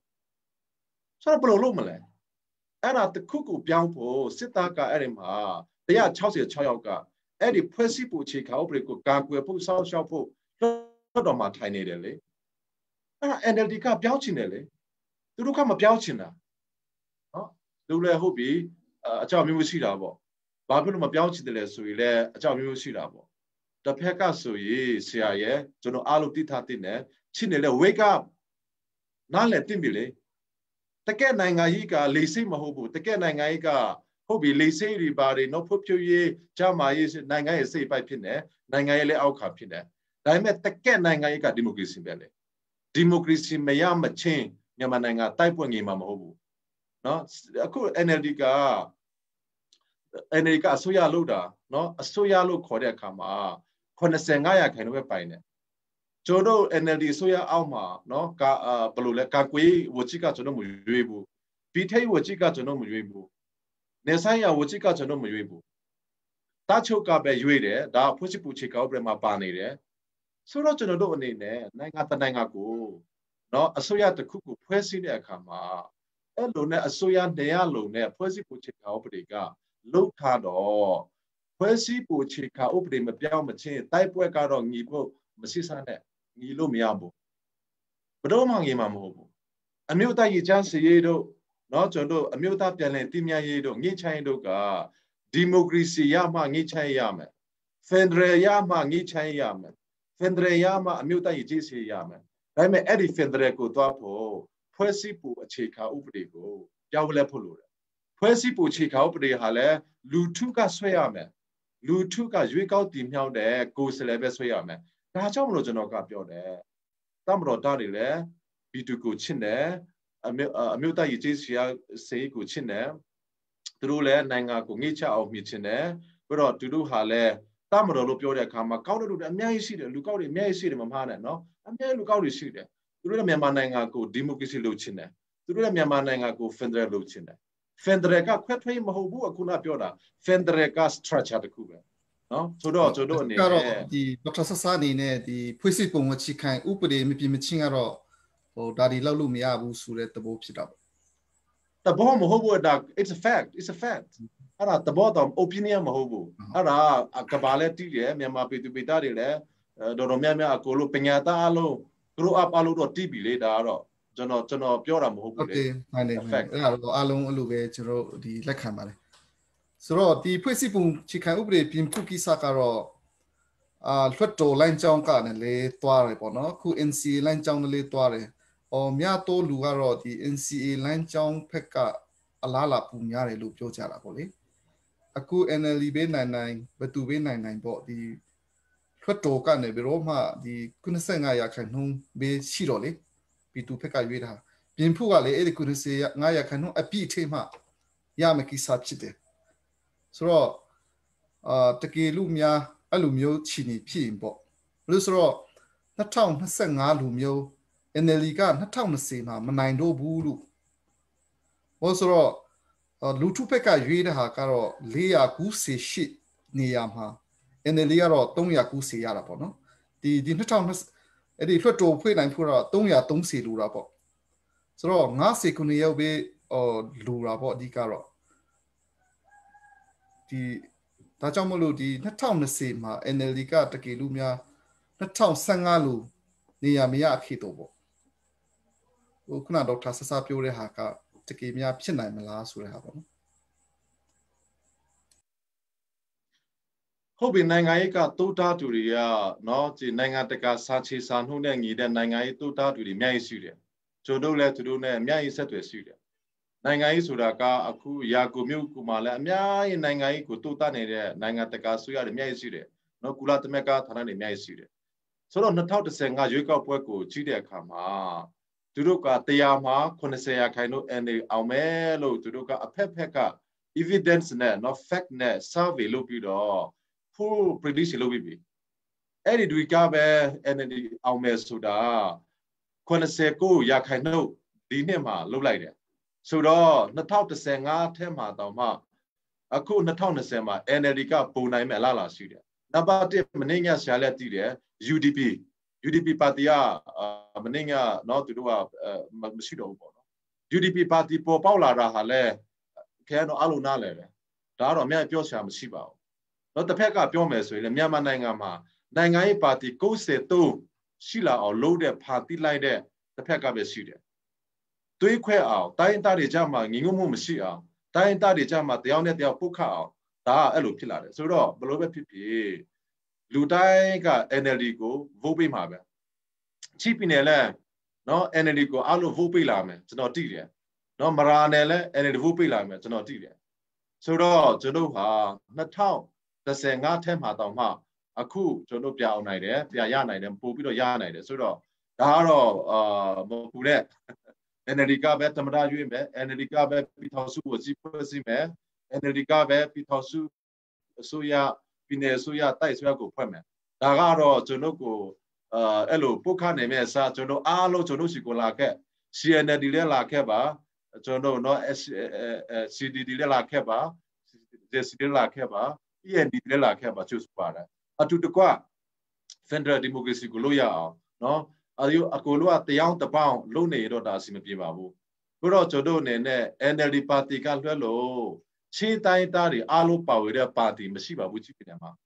နော်အခုကျွန်တော် CNLD ကိုပြောတယ်မရာဒီ CNLD မှာမရှိပါဘူးမရာပါတီ ENDP ကိုကြည့်မယ်ဆိုရင် ENDP မှာမတူတွေမရှိပါဘူးနော်ဇိုမီတွေမရှိပါဘူးဇိုမီပါတီကိုပြောမယ်ဆိုရင်လည်းဇိုမီမှာရဲတော့ဟာခါထလာတွေမရှိပါဘူးခမီတွေမရှိပါဘူးလိုင်မီတွေမရှိပါဘူးဒါကြောင့်မလို့ကျွန်တော်ဟာ NLD မှာပဲနော်အားလုံးချီးပြည်သူပြည်သားလဲပါနေဆိုတာခင်ဗျားလက်ခံဖို့လိုတယ် NLD ပါတီကပဲတကက်မီဖွန်ပါတီဖြစ်တယ်နော်တကက်မီဖွန်ပါတီကချီးပြည်နယ်မှာရှိတဲ့တိုင်းသားအားလုံးကိုနော်စုပေါင်းထားတဲ့ပါတီတစ်ခုပဲရှိတယ် NLD ပဲဖြစ်တယ် NLD မှာပဲကချင်ပါတယ်ကရင်ပါတယ်ရှားပါတယ်မွန်ပါတယ်ရခိုင်ပါတယ်ချင်းပါတယ်ဗမာပါတယ်ဆိုတော့ NLD ကပြည်ထောင်စုပါတီဖြစ်တယ်လို့ NLD ကကျွန်တော်တို့ဒီမြန်မာနိုင်ငံတစ်ခုလုံးတိုင်းသားအားလုံးကိုကိုစားပြုတဲ့ပါတီဖြစ်တယ်ဆိုတော့နံပါတ်1ဒါနံပါတ်2ဖွဲ့စည်းပုံခြေခါဥပဒေကိုပြောင်းလဲဖို့လွှတ်တော်လာကြောက်လား NCA လာကြောက်လားဆိုတာ NCA လာကြောက်ပဲပြောလွှတ်တော်လာကြောက်ပဲပြောတမတော်တာကူစလေ166ယောက်လွှတ်တော်မှာထိုင်နေတဲ့ရွေးနော်လွှတ်တော်မှာထိုင်နေတဲ့ရွေးဘယ် NCA လာကြောက်ပဲလာကြောက်ဆိုတာကလေးဆရာရဲ့ခင်ဗျချိုင်းတာလုပ်လို့ရတယ်ဘာလာကြောက်မဆိုနော်ခင်ဗျဖော်ထုတ်လို့ရတယ်တကယ် NCA လာကြောက်ဟာလဲလက်အာဏာရပါတီကပဲဖော်မှာကိုဆိုတော့လာကြောက်ကပြောင်းလို့ရတယ်မနေ့ဖြာပြောင်းလို့ရတယ်တစ်ဖက်ကပြောင်းလို့ရတယ်လာကြောက်ဆိုတာကလေကျွန်တော်ဘာလာကြောက်ကိုလုပ်နေတယ်လဲဒီမိုကရေစီလာကြောက်တစ်ခုပဲရှိတယ်ဖက်ဒရယ်လာကြောက်တစ်ခုပဲရှိတယ် NCA လာကြောက်ရဲ့လွှတ်တော်လာကြောက်ဒါတွေကဘာတွေပဲလဲကျွန်တော်နားမလည်ဘူးလာကြောက်တစ်ခုပဲရှိတယ်ဒီမိုကရေစီလာကြောက်ဖက်ဒရယ်လာကြောက်ပဲရှိတယ်အဲ့ဒီနေရာကိုမတွားချင်ဘူးဆိုရင်တော့မြန်မာနိုင်ငံဘယ်တော့မှငြိမ်းချမ်းမှာမဟုတ်ဘူးလို့ NCA လည်းအတိတ်ပဲမရှိပါဘူးအခုတော့ကျွန်တော်လုပ်နေတာက NCA လာကြောက်ပဲပြောလွှတ်တော်လာကြောက်ပဲပြောဒီမိုကရေစီလာကြောက်မဖြစ်တဲ့ရွေးဖက်ဒရယ်လာကြောက်မဖြစ်တဲ့ရွေးအဲ့ဒီလာကြောက်တွေကဘယ်တော့မှအကောင့်ထဲပေါ်လို့ရတာမဟုတ်ဘူးဒီလိုလာကြောက်ဒီဖက်ဒရယ်လာကြောက်ကိုအကောင့်ထဲပေါ်ချင်တယ်ဒီမိုကရေစီလာကြောက်ကိုအကောင့်ထဲပေါ်ချင်ပြည်သူလူထုကရွေးတဲ့ for the people by the people လူထုကရွေးတဲ့ကိုယ်စားလှယ်လူထုကဒီထောင်တဲ့အစိုးရဖြစ်ရမယ်အဲ့ဒါမှ Federal လာကြောက်အဲ့မှာရှိတယ်ဒါကြောင့်မလို့ NCA မှာပါလို့ဒါတိုင်းသားပြည်နယ်ကရွေးလို့ NCA မှာလာပါလို့စကားပြောတယ်ခင်ဗျားစကားပြောတာဟာပြောလို့ရတယ်လေလွှတ်တော်တခုတည်းမှာမဟုတ်ဘူးလေပြောလို့ရကျွန်တော်လည်းအခုပြောနေတာလေဆိုတော့ကျွန်တော်အနေနဲ့ပြောချင်တာကတော့အားလုံးပြည်သူလူထုလည်း ကျွန်တော်တို့တောင်းတနေတဲ့ဥစ္စာနှစ်ခုပဲရှိတယ်ဒီမိုကရေစီနဲ့ဖက်ဒရယ်အရေးဆုံးဒီမိုကရေစီရမှဖက်ဒရယ်ရမယ်ဒါမှမေ့ဖို့လို့တယ်ဒီမိုကရေစီမရမချစ်ဖက်ဒရယ်တော့မပြောနဲ့အောင်ဖက်ဒရယ်ကဒီမိုကရေစီအောက်မှာရှိတယ်ဒီမိုကရေစီအပေါ်မှာမရှိဘူးဒီမိုကရေစီကအပေါ်မှာရှိတယ်ဒီမိုကရေစီအောက်မှာပဲဖက်ဒရယ်တို့ကရှိတယ်ဒါ management ဒါက structure ဒါကြောင့်မလို့ကျွန်တော်တို့အနေနဲ့ဒီမိုကရေစီလာကြောက်ကိုလို့ချင်ကျွန်တော်တို့လိပ်ဆိုင်ရတဲ့တပ်မတော်သား166ယောက်ကနေပြီးတော့လူထုကရွေးကောင်းခါတဲ့မဟုတ်တဲ့အတွက်ကြောင့်ဒီမိုကရေစီခြေစာနှုတ်နဲ့မညီတဲ့အတွက်ကြောင့်အရင်ဆုံးတိဆန်ရှိရှိဒိတ်ခါရှိရှိနဲ့ပြည်သူကိုချင်းတဲ့စိတ်ကျွန်တော်တို့ဒီမိုကရေစီနိုင်ငံဖြစ်ပေါ်လာတဲ့အရေးမှာသူတို့166ယောက်ကလွှတ်တော်ကစီးပေးတော့နေဟာဒီမိုကရေစီမွေးလာတော့နေဖြစ်နေဒါတော့ကျွန်တော်ပြောပြပြီလေသူတို့လွှတ်တော်ကမရှိဒီမိုကရေစီ NCL လာကြောက်လွှတ်တော်လာကြောက်ပြောမနေနဲ့အကောက်ထဲဖော်လို့မရဘူးဘလို့နဲ့မှအကောက်ထဲဖော်လို့မရဘူးဒါကြောင့်မလို့ NCL လာကြောက်ပြီးတော့လွှတ်တော်လာကြောက်ဒါဒီအလုပ်ကတော့ကျွန်တော်နှစ်ပေါင်းဘလောက်ပဲကြာဘလောက်ပဲပြောကျွန်တော်တာမတော်သားကိုယ်စလဲ166ယောက်ကဒီထောက်စုလွှတ်တော်ကနေပြီးတော့ဒိတ်ခါရှိရှိတိဆာရှိရှိဒီတူကိုချင်းနဲ့စိမ့်နဲ့ဒီမိုကရေစီကိုချင်းနဲ့စိမ့်နဲ့မထွက်တဲ့တွေကတော့လွှတ်တော်လာကြောက်လဲမအောင်မြင်နိုင်ဘူး NCL လာကြောက်လဲမအောင်မြင်နိုင်ဘူးဟုတ်ပြီ NCL မှာကျွန်တော်ပြောမယ်လေစစ်စစ်လေးလေ NCL မှာအကိုလို့လာမယ်ပြောမယ်တိုက်ပြမယ်ဆွေးနွေးမယ်လွှတ်တော်မှာအကိုလို့ပယ်လိုက်ရပါလိမ့်ပဲရှိတယ်ကျွန်တော်ပြောမယ်လေနှစ်ပေါက်များစွာပြောမယ်လေပြောချင်ပြောတာကတော့နှစ်ပေါက်20ကြာနိုင်တယ်လေနော်ကျွန်တော်တို့ဒီဘက်မှာနှစ်ပေါက်30ကြာနိုင်တယ်လေဒါပေမဲ့ကျွန်တော်ကတိုင်းသားတွေလည်းအကူကြအများကြီးခံပြီးတော့အခြေလက်ကုန်တယ်လူရလက်ကုန်တယ် NCL မှာကျွန်တော်ပြောတယ်လွှတ်တော်မှာတည်တွေ့တဲ့အခါမှာဗီတိုအာဏာနဲ့25ရာခိုင်နှုန်းအာဏာနဲ့ကျွန်တော်ကိုပြပယ်ခင်ဗျာဘာပြောနိုင်မလဲနော်ဗီတိုရှိတယ်လေအဲ့ဒါကကမ္ဘာကုလသမဂ္ဂမှာလိုချွေးကောင်စီမှာတရုတ်ရဲ့ဗီတိုပါဝါရှိတယ်အမေရိကဗီတိုပါဝါရှိတယ်နော်ဖရန့်စ်ကဗီတိုပါဝါရှိတယ်အင်္ဂလာကဗီတိုပါဝါရှိတယ်မြန်မာနိုင်ငံအရေးကိုလိုချွေးကောင်စီမှာပြောလိုက်တော့ရုရှားနဲ့ဘာတူလဲချိုင်းနာကဗီတိုအာဏာနဲ့ပယ်ချလိုက်တယ်ဒါနဲ့တူတူပဲလေဆိုတော့ကျွန်တော်တို့ကဒီကုလသမဂ္ဂရုပ်ဖွဲ့စည်းပုံကတော့နိုင်ငံတစ်ခုဖွဲ့စည်းပုံနဲ့မတူရဘူးလေကျွန်တော်ကတာမတော်ဖက်ကနေပြီးတော့ဒီဖွဲ့စည်းပုံမှာဗီတိုအာဏာရှိတာကိုအရင်စုပ်ကျွန်တော်စဉ်းစားရမယ်လွှတ်တော်မှာပဲထိုင် NCA မှာပဲထိုင်ကျွန်တော်ကပြောမယ်ကြားတယ်ဒါကတော့အကူလူတိုင်းပြောလို့ရတယ် NCA တို့အခုကျွန်တော်လွှတ်တော်တို့ကတော့တက်ဆိုင်လူတွေပြောတယ်ဒါပေမဲ့လည်းဒါဟာ25ရာခိုင်နှုန်းကပြပယ်ခင်ဗျဘယ်လိုလုပ်မလဲခင်ဗျ10နှစ်ပြောတယ် NCA မှာ10နှစ်တိုင်ပြီးတယ်ဆွေးနွေးတယ်ခင်ဗျဆွေးနွေးခဲ့တဲ့အချက်တွေအကိုလို့ကအဲ့ဒီမှာပြန်ရောက်တယ်သူမကြိုက်တော့ပယ်လိုက်ဒါပဲလေအဲ့စကားတခုနဲ့ကျွန်တော်လှုပ်လာခဲ့တဲ့နှစ်ပေါက်30လှုပ်လာခဲ့တဲ့နှစ်ပေါက်30ဟာစကားတခုနဲ့ပယ်လို့ရတယ်ဆိုတာကိုလူထုကမမေ့ဖို့လိုပါတယ်ဟုတ်ဒီမိုကရေစီအရင်ရဖို့တော့လူရပေါ့နော်ဒီ NLD ကဒီပေါင်း30ကျော်30နှစ်တန်လောက်လာခဲ့တာခါတော့လူတိုင်းကတော့အတိအမှပြုတ်နေလို့ထင်ပါတယ်သူတို့ရဲ့ဆွမ်းစားမှုပေါ့နော်ဒီမိုကရေစီအတွက်တခုကတော့ဒီကျွန်တော်တိုင်းသားချင်းလူမျိုးအနေနဲ့ကျွန်တော်ဒီပြောနေကြတဲ့အဓိကအချက်ကတော့ NLD မှာဘဟုမှာတိုင်းသားမပါဘူးပေါ့နော်ချင်းလည်းမပါဘူးပေါ့ပြီးရင်ဒီအဲ့လိုမျိုး NLD ပါတီအထက်ကအဲ့လိုလူကြီးတွေမပါတဲ့အတွက်ဘယ်ဖြစ်ပြီးပါတီကြီးရဲ့လက်အောက်ခံအမတ်ဒီချင်းဒီဖြစ်နေတဲ့အတွက်လွှတ်တော်မှာမေခွန်းဒီစီစစ်ပေးရတာမျိုးပေါ့နော်စင်ဆာရင်လောက်ပြီးမှမေတင်နဲ့မေခွန်းဒီတင်ခန်းတာတွေပဲရှိတယ်ဆိုပြီးတော့တိုင်းသားပါတီဆိုတော့အရင်ကပြီးတော့ဇကလင်းလို့ဆိုတော့လှလှလပေါ့သူတို့မေးပြီးတော့လောက်လို့ရတယ်ပေါ့အဲ့လိုမျိုးဒီပြောကြတာတွေရှိတယ်ဆိုတော့အဲ့လိုမျိုးတိုင်းသားပါတီမဟုတ်ဘဲနဲ့ဒီပြည်ထောင်စုပါတီလို့ NLD လူမျိုးမှာဆုံးဖြတ်ချက်ချနိုင်တဲ့ချင်းနေမှာပါတဲ့အတွက်ပေါ့နော်အဲ့ဒါဒီကဘလူဖြစ်တင်နေလို့ထင်တယ်လေဒါကတော့ NLD ကိုပုတ်ခတ်နေတဲ့လူတွေပြောတဲ့စကားပါပဲဒါတွေအားလုံးကိုကျွန်တော်အားလုံး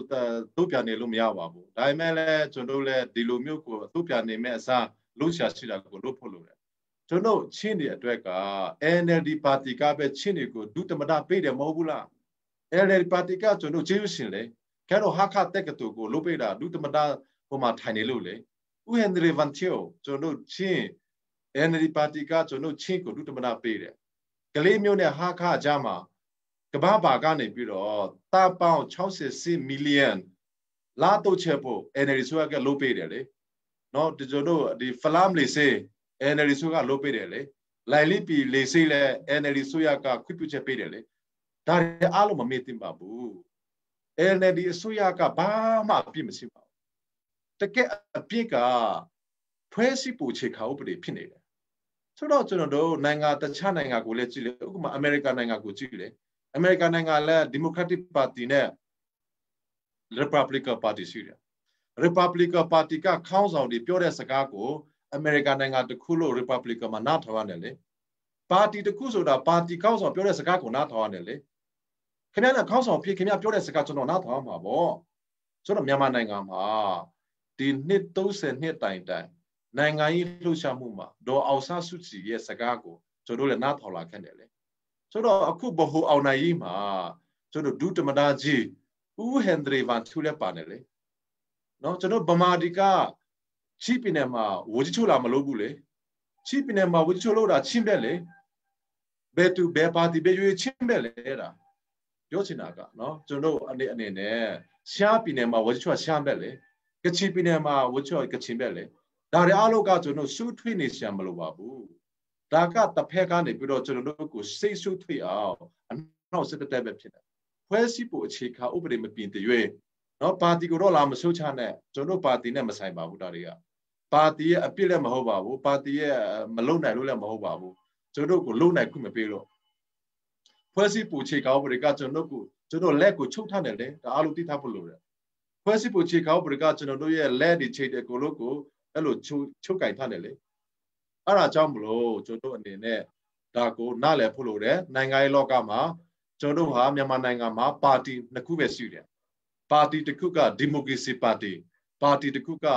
ဒီမိုကရေစီမလိုလားတဲ့ပါတီအဲ့ဒါပါပဲပါတီတစ်ခုကဖက်ဒရယ်ပါတီပါတီတစ်ခုကဖက်ဒရယ်ကိုမလိုချင်တဲ့ပါတီပါတီတစ်ခုကဖွဲ့စည်းပုံအခြေခံဥပဒေကိုဒီမိုကရေစီစာချေစာနှုန်းနဲ့ဖက်ဒရယ်စာချေစာနှုန်းနဲ့ရေးချင်တဲ့ပါတီပါတီတစ်ခုကသူတို့ဟာနဲ့သူတို့ပဲဖွဲ့စည်းပုံကိုရေးပြီးတော့ဖွဲ့စည်းပုံပေါ်မှာဗီတိုအာဏာထားတဲ့ပါတီဒါကတော့အလုံးနားလည်သိပြီနော်ပါတီနှစ်ခုပဲရှိတယ်အခုတိုင်းသားပါတီတွေအများကြီးကွဲပြားလာတာဟာလဲသူတို့ရဲ့တွေးခွဲရေးဝါဒကြောင့်ဖြစ်နေ divide and rule policy ကြောင့်ဖြစ်နေဆိုတာကိုတိုင်းသားတွေချင်းပြည်သူတွေအလုံးနားလည်သိတခုဒေါက်တာဆဆာရဲ့အမြင်ပြန်ပြောစီချင်တာပေါ့လေဒီချင်းပြည်နယ်ကြီးခါကနေပလက်ဝထီလန်ဖောက်ဖို့ကိစ္စ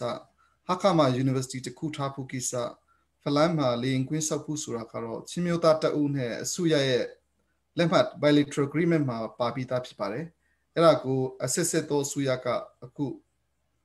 အကောင့်ထွေဖော်ရဲလို့ကျွန်တော်ကတော့အဲ့လိုယူဆတာပေါ့လေပြီးရင်လေဒါဒုသမတကိစ္စဆိုရင်တော့အရင်စုရဆိုရင်လေဒုသမတဆမ်မခိုင်လေရှမ်ဖက်ကတိုင်းသားအနေနဲ့ပေးတာပေါ့နော်အခုကကျွန်တော်ချင်းကူပေးတယ်ပေါ့အမှန်ဆိုရင်တော့သမတတောင်အချင်းကြီးပေးရင်တော့လောက်မဲ့ကိစ္စတွေဖြစ်ပါတယ်ပေါ့ဆိုတော့အဲ့ဒါက NLD ကပေးလို့ဟိုကြံခိုင်ရေးကဟိုပေးလို့ဆိုတာမျိုးပြောလို့ရသလားကူတိုင်းသားတယောက်အနေနဲ့ရတင်ရိုက်ထိုက်တဲ့အခွင့်အရေးဟုတ်တယ်လို့ထင်သလားဒါမှမဟုတ်ဒီ NLD ကချင်းကူပေးတယ်ပေါ့အဲ့လိုမျိုးထင်သလားဆိုတာမေးဖြေစေချင်တယ်ဟုတ် politics is politics NLD ကချင်းပန်ဒုသမတပေးရမယ်ဆိုတာမရှိဘူး policy လည်းမဟုတ်ပါဘူးဟုတ်နော်ဒါဆိုတော့လည်းသူကြိုက်ကြည်ပေးနိုင်တယ်ကြရပေးနိုင်တယ်ရှားပေးနိုင်တယ်ရခိုင်ပေးနိုင်တယ်ဗမာပေးနိုင်တယ်ဒါကတော့ဘာမှမဆိုင်ပါဘူးဒါပေမဲ့လည်းကျွန်တော်တို့ချင်းကိုပေးတာဟာချင်းတွေကဒါကိုကျွန်တော်တို့ဟာလက်ခံပြီးတော့ဒါကိုကျေးဇူးရှင်ဖြစ်တယ်ဆိုတာကျွန်တော်ပြောနေတယ်အခုခင်ဗျပြောနေတယ်ဒါမှမကသေးဘူးเนาะကျွန်တော်မြန်မာနိုင်ငံဆိုင်ရာကုလသမဂ္ဂမှာနယူးယောက်မှာ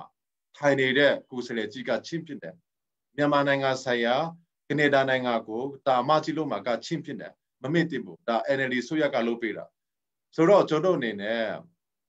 ha kha tek to be phi falam le se be phi aku chno do kmya pyo ne chi kha ne palewa la be phi kmya mu ma do ye nai ye de chai de lo ye lo ya de no ha kha ne thatla acha la phao me chi kha ne acha la phao me so da ka do khale le pyo lo ya de lu chi le pyo lo ya de da do batu ma so pyo lo ya de kmya chai da ko pyo da ka adit ka ma ho ba bu akaw athe pho de asoya ko ji ba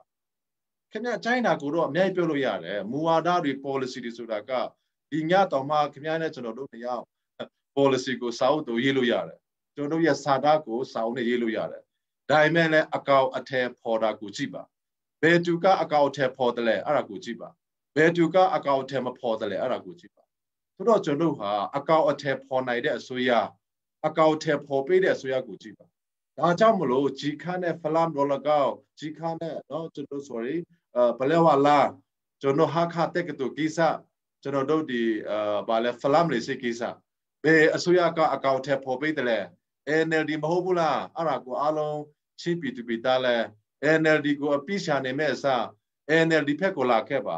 ဖက်ဒရယ်ကိုကြိုက်ရင် NLD ဖက်ကိုလာပါဒီမိုကရေစီကိုကြိုက်ရင် NLD ကိုလာပါကျွန်တော်တို့ချင်းပီနယ်အားလုံးလဲတောက်တနေတာကဖက်ဒရယ်ဖြစ်တယ်ဒီမိုကရေစီဖြစ်တယ်ကျွန်တော်အမျိုးသားကြီးအားလုံးကဖန်ဒရယ်အောက်မှာရှိတယ်ဆိုတာကိုမေ့တိဖို့လို့တယ်ဖန်ဒရယ်ရှိမှပဲကျွန်တော်အမျိုးသားကြီးကအားလို့ရှိမယ်ဖန်ဒရယ်မရှိတဲ့၍ဒီမိုကရေစီမရှိတဲ့၍အမျိုးသားကြီးကတော့ကျွန်တော်ရရှိနိုင်ဖို့လာမရှိဘူးလာလည်းမရှိဘူးဆိုတာကျွန်တော်အားလုံးနားလည်ဖို့လို့တယ်ဒီဒေါက်တာဆဆာအခြား interview မှာဖြေတဲ့ဟာလေးတွေတွေ့ရတာပေါ့လေတမတာလုံနိုင်တဲ့ပါတီပဲမေးပေးပါဖွံ့ဖြိုးရေးလုံနိုင်တဲ့ပါတီပဲမေးပေးပါဆိုတဲ့ဟာလေးတွေပြောတာရှိတာပေါ့လေဆိုတော့အတိကကတော့အခုနဖြီးတဲ့ team မှာလေးအတိကကတော့ဖိစီပူချီခံဥပဒေလေးတမတော်ကသူတို့စန္ဒရမထွက်ရင်တော့လုပ်လို့မရတဲ့ဟာလေးအများကြီးမြင်ရတာပေါ့ဆိုတော့အတိကဒီစုရဒီတမတော်မထွက်မချင်းကတော့ဖွံ့ဖြိုးရေးကိစ္စကိုပဲဥစားပေးပြီးတော့သွားမလားပေါ့နော်အဲ့ဒီကိစ္စဒေါက်တာဆဆာအမြင်လေးမေးချင်တယ်ပြီးရင်ကျွန်တော်တို့ဒီတိုင်းတာပါတီဖက်ကလည်းပြောနေဒီချင်းပါတီဆိုရင်တော့တူရကင်းပေါ့နော်ပြန်ရဖို့လူပြီးဆိုတဲ့ဟာတွေရှိတယ်NLD ဖက်ကတော့ဒီမိုကရေစီပူခိုင်မာလာဖို့လူတွေဆိုတဲ့ဟာလေးတွေပြောတာဒီဒါပိုစတာလေးတွေရှိတယ်ဆိုတော့ဒီအပေါ်မှာ NLD အနေနဲ့ဒေါက်တာဆဆာအနေနဲ့လေဖွံ့ဖြိုးရေးကအဓိကကြာနေရလားဆိုတဲ့ဟာလေးပေါ့နော်ဖြည့်ဆည်းခြင်းနဲ့ပေါ့ဒါတော့ဆရာရဲ့ practical ဖြစ်ဖို့လိုတယ်နိုင်ငံရေးလို့ရည်လဲ practical လက်တွေ့မစားတဲ့နိုင်ငံရေးတော့မလို့နဲ့ဘာမှဖြစ်လာမှာမဟုတ်ဘူးဆိုတော့ကျွန်တော်လက်တွေ့စားတဲ့နိုင်ငံရေးကိုပြောနေတာပါဟုတ်ပြီကျွန်တော်တို့ကချင်းတမိုက်ကိုကြည့်မယ်ဆိုရင်ကျွန်တော်တို့ဒီလွန်လာရေးမရခင်မှာကိုလိုနီခိတ်မရောက်ခင်မှာချင်းနေမှာချင်းပန်နော်ချင်းက independent လို့နေတယ်နော်ကျွန်တော်ရဲ့လွတ်လပ်မှုရှိတယ်ကျွန်တော်စော်ဘွားတွေကကျွန်တော်ရဲ့မြို့တွေရွာတွေအုပ်လို့ကိုအုပ်ချုပ်တယ်ဟုတ်ပြီကိုလိုနီခိတ်ပြီးသွားတဲ့အခါမှာအခုကျွန်တော်နော်ဒီကျွန်တော်ပီလိုငီလာခါကိုရောက်တယ်ပီလိုငီလာခါမရောက်ခင်မှာလဲချင်းတွေကကျွန်တော်မှာကိုကကြမကိုကဖာတိနေတာပဲနော်ဘလို့ပဲဖြစ်ပေါ့လေဆိုတော့ကျွန်တော်နိုင်ငံရေးကကြမလို့ပြောတဲ့အခါမှာဒါတွေအားလုံးဆိုင်တယ်ဆိုတော့ကျွန်တော်စီအာနာစီခေရောက်လာတော့ကျွန်တော်တို့ရဲ့ကံကြမ္မာတွေအားလုံးကပျောက်ဆုံးသွားတယ်နော်အဲ့လိုနဲ့ကျွန်တော်တို့ကအခုဒီနေ့ဒီချိန်ထိရောက်လာတယ်အခုဒီမိုကရေစီလို့ပြောတဲ့အခါမှာအနှစ်သာရနည်းနည်းလေးရှိတာကတော့အခု85%မှာလွှတ်တော်မှာထိုက်ခွင့်ရှိတာကနည်းနည်းအနှစ်သာရတစ်ခုပေါ့နော်ဒီမိုကရေစီအနှစ်သာရနည်းနည်းပါပေါ့ဆိုတော့ကျွန်တော်တို့ပြောချင်တာကတော့ဒီလိုချိန်မျိုးမှာဘာဖြစ်လို့တမဒရနိုင်မဲ့ပါတီကိုပဲ vote ပေးပါလို့ပြောတဲ့အခါမှာကျွန်တော်ကနှစ်ခုရှိတယ်ဆရာရဲ့တစ်ခုကတော့ကျွန်တော်တို့ဘယ်ပါတီပဲထိုင်ဘယ်အစိုးရပဲထိုင်ချင်းပြည်နယ်မှာခလေးတော့မွေးနေမှာပဲနော်ချင်းပြည်နယ်မှာဒါခလေးမွေးနေမှာပဲကျွန်တော်ပြောနေတာကချင်းပြည်နယ်မှာခလေး1000မွေးတိုင်းမှာ44ယောက်ခလေးဟာတည်သွားတယ်တစ်ပတ်နှစ်ပတ်အတွင်းမှာချင်းပြည်နယ်မှာခလေး1000မွေးတိုင်းမှာတလားနှစ်လအတွင်းမှာ85ယောက်တည်သွားတယ်ချင်းနေအလို့တိထဖို့တယ်လို့ဒါအချက်လက်လေအဲ့ဒါစိတ်ကူးရတော့ကမဟုတ်ဘူးတကယ်ဖြစ်နေတဲ့ဥစ္စာလေ ပြီးတော့ကျွန်တော်ချင်းပြည်နယ်မှာ9နှစ်အောက်ကလေးတွေမှာ9နှစ်မွေးနေ့မပြည့်ခင်မှာ104ယောက်တည်သွားတယ်ပြီးတော့ချင်းပြည်နယ်မှာ100ကလေး100မှာ60ယောက်ဒီအာဟာရချို့တဲ့ကလေးတွေဖြစ်တယ်ပြီးတော့ချင်းပြည်နယ်မှာ100မှာလူဦးရေ100မှာ83ရာခိုင်နှုန်းဒီစီးရဲ့နိုးပါမှုအောက်မှာရှိတယ်ပြီးတော့ချင်းပြည်နယ်မှာ100မှာနော်ကလေး100မှာ49ယောက်ဒီကာကွယ်ဆေးမထိုးနိုင်တဲ့ကလေးတွေဖြစ်တယ်ချင်းပြည်နယ်မှာအမျိုးသမီးနော်ဒီမိခင်ပေါ့မိခင်100မှာ49ယောက်ဒီတွေးအား2ယောက်ကဖြစ်နေတယ်ပြီးတော့ချင်းပြည်နယ်မှာအေထောင်စု100မှာနော်58အေထောင်စုဒီစီးရဲ့နှုတ်ပမှုအောက်မှာရှိနေတယ်ဒါတွေအလုပ်ကလက်ပိုင်းပြီးတော့ကြည့်နေလို့မရတော့ဘူးပြီးတော့ချင်းပြည်နယ်မှာကလေး100မှာနော်ဒီကျောင်းသူကျောင်းသား100မှာ18ယောက်ပဲအထက်တန်းပညာကိုပြည့်သွားတယ်နော်ကြာတဲ့83ယောက်ကဘာလဲ10တန်းကိုမအောင်နိုင်ဘူးဒါတွေအလုပ်ကကျွန်တော်ဟာလက်ပိုက်ပြီးတော့ကြည့်လို့မရဘူးဆက်လက်ပြီးတော့ဒါတွေဟာလိုရမယ့်ဥစ္စာဖြစ်တယ်ဒါတွေကိုကျွန်တော်တို့ဆက်လက်လုပ်နိုင်ဖို့ကသမ္မတနဲ့ဆိုင်တယ်သမ္မတကရွေးကောက်တင်မြှောက်မဲ့ပါတီနဲ့ဆိုင်တယ်ဒါကြောင့်မလို့ကျွန်တော်ကသမ္မတရွေးကောက်တင်မြှောက်မဲ့ပါတီကိုမဲ့ပေးပါသမ္မတကပဲပြည်ထောင်စုဝကြီးမြတ်ကိုခတ်ရမယ်သမ္မတကပဲပြည်နယ်ဝကြီးချုံနဲ့ပြည်နယ်ဝကြီးမြတ်ကိုခတ်ရမယ်သမ္မတအောက်မှာပဲအခုနကျွန်တော်တို့အစိုးရမှာရှိတဲ့ဒီဝကြီးဌာန24ခုရှိတယ်ဒါကြောင့်မလို့ကျွန်တော်ချင်းပြည်သူပြည်သားတွေလည်းကျွန်တော်ကျမရေးပညာရေးခုဖြူရေးစီးပွားရေးတွေကိုတိုးတက်စေချင်တယ်ဆိုရင်သမ္မတရှိတဲ့ပါတီကိုဗုတ်ပါလို့ကျွန်တော်ပြောနေတာဖြစ်တယ်ဒါပေမဲ့လည်းဒါဟာတစ်ဖက်ကပြောမယ်ဆိုရင်ဒီမိုကရေစီရရှိရေးနဲ့ဖက်ဒရယ်ရရှိနဲ့မရောနဲ့ဖက်ဒရယ်ရရှိကတော့မရမချီတော့ရမယ်ဒီမိုကရေစီရရှိကတော့မရမချီတော့ရမယ်ဒါနိုင်ငံရေးကကြမှာဒီဘက်ကဖွံ့ဖြိုးရေးလောကဒီဘက်ကနိုင်ငံရေးလောကဟုတ်ပြီအကိုလို့ကနိုင်ငံရေးလက်အောက်ခံမှာတော့ရှိတယ်ဒါပေမဲ့လည်း NLD အစိုးရကကြမ်းမာရေးဝကြီးဖြစ်လာမယ် NLD အစိုးရက NLD ပါတီကပညာရေးဝကြီးဖြစ်လာမယ် NLD ပါတီကပို့ဆိုင်ဝကြီးဖြစ်လာမယ် NLD ပါတီကလပဆက်သွေးဝကြီးဖြစ်လာမယ်ဒါကြောင့်မလို့ကျွန်တော်ပြောချင်တာကတော့တစ်ဖက်ကဒီဖက်ဒီမိုကရေစီလာကြောက်ကိုလည်းတွားနေတယ်လို့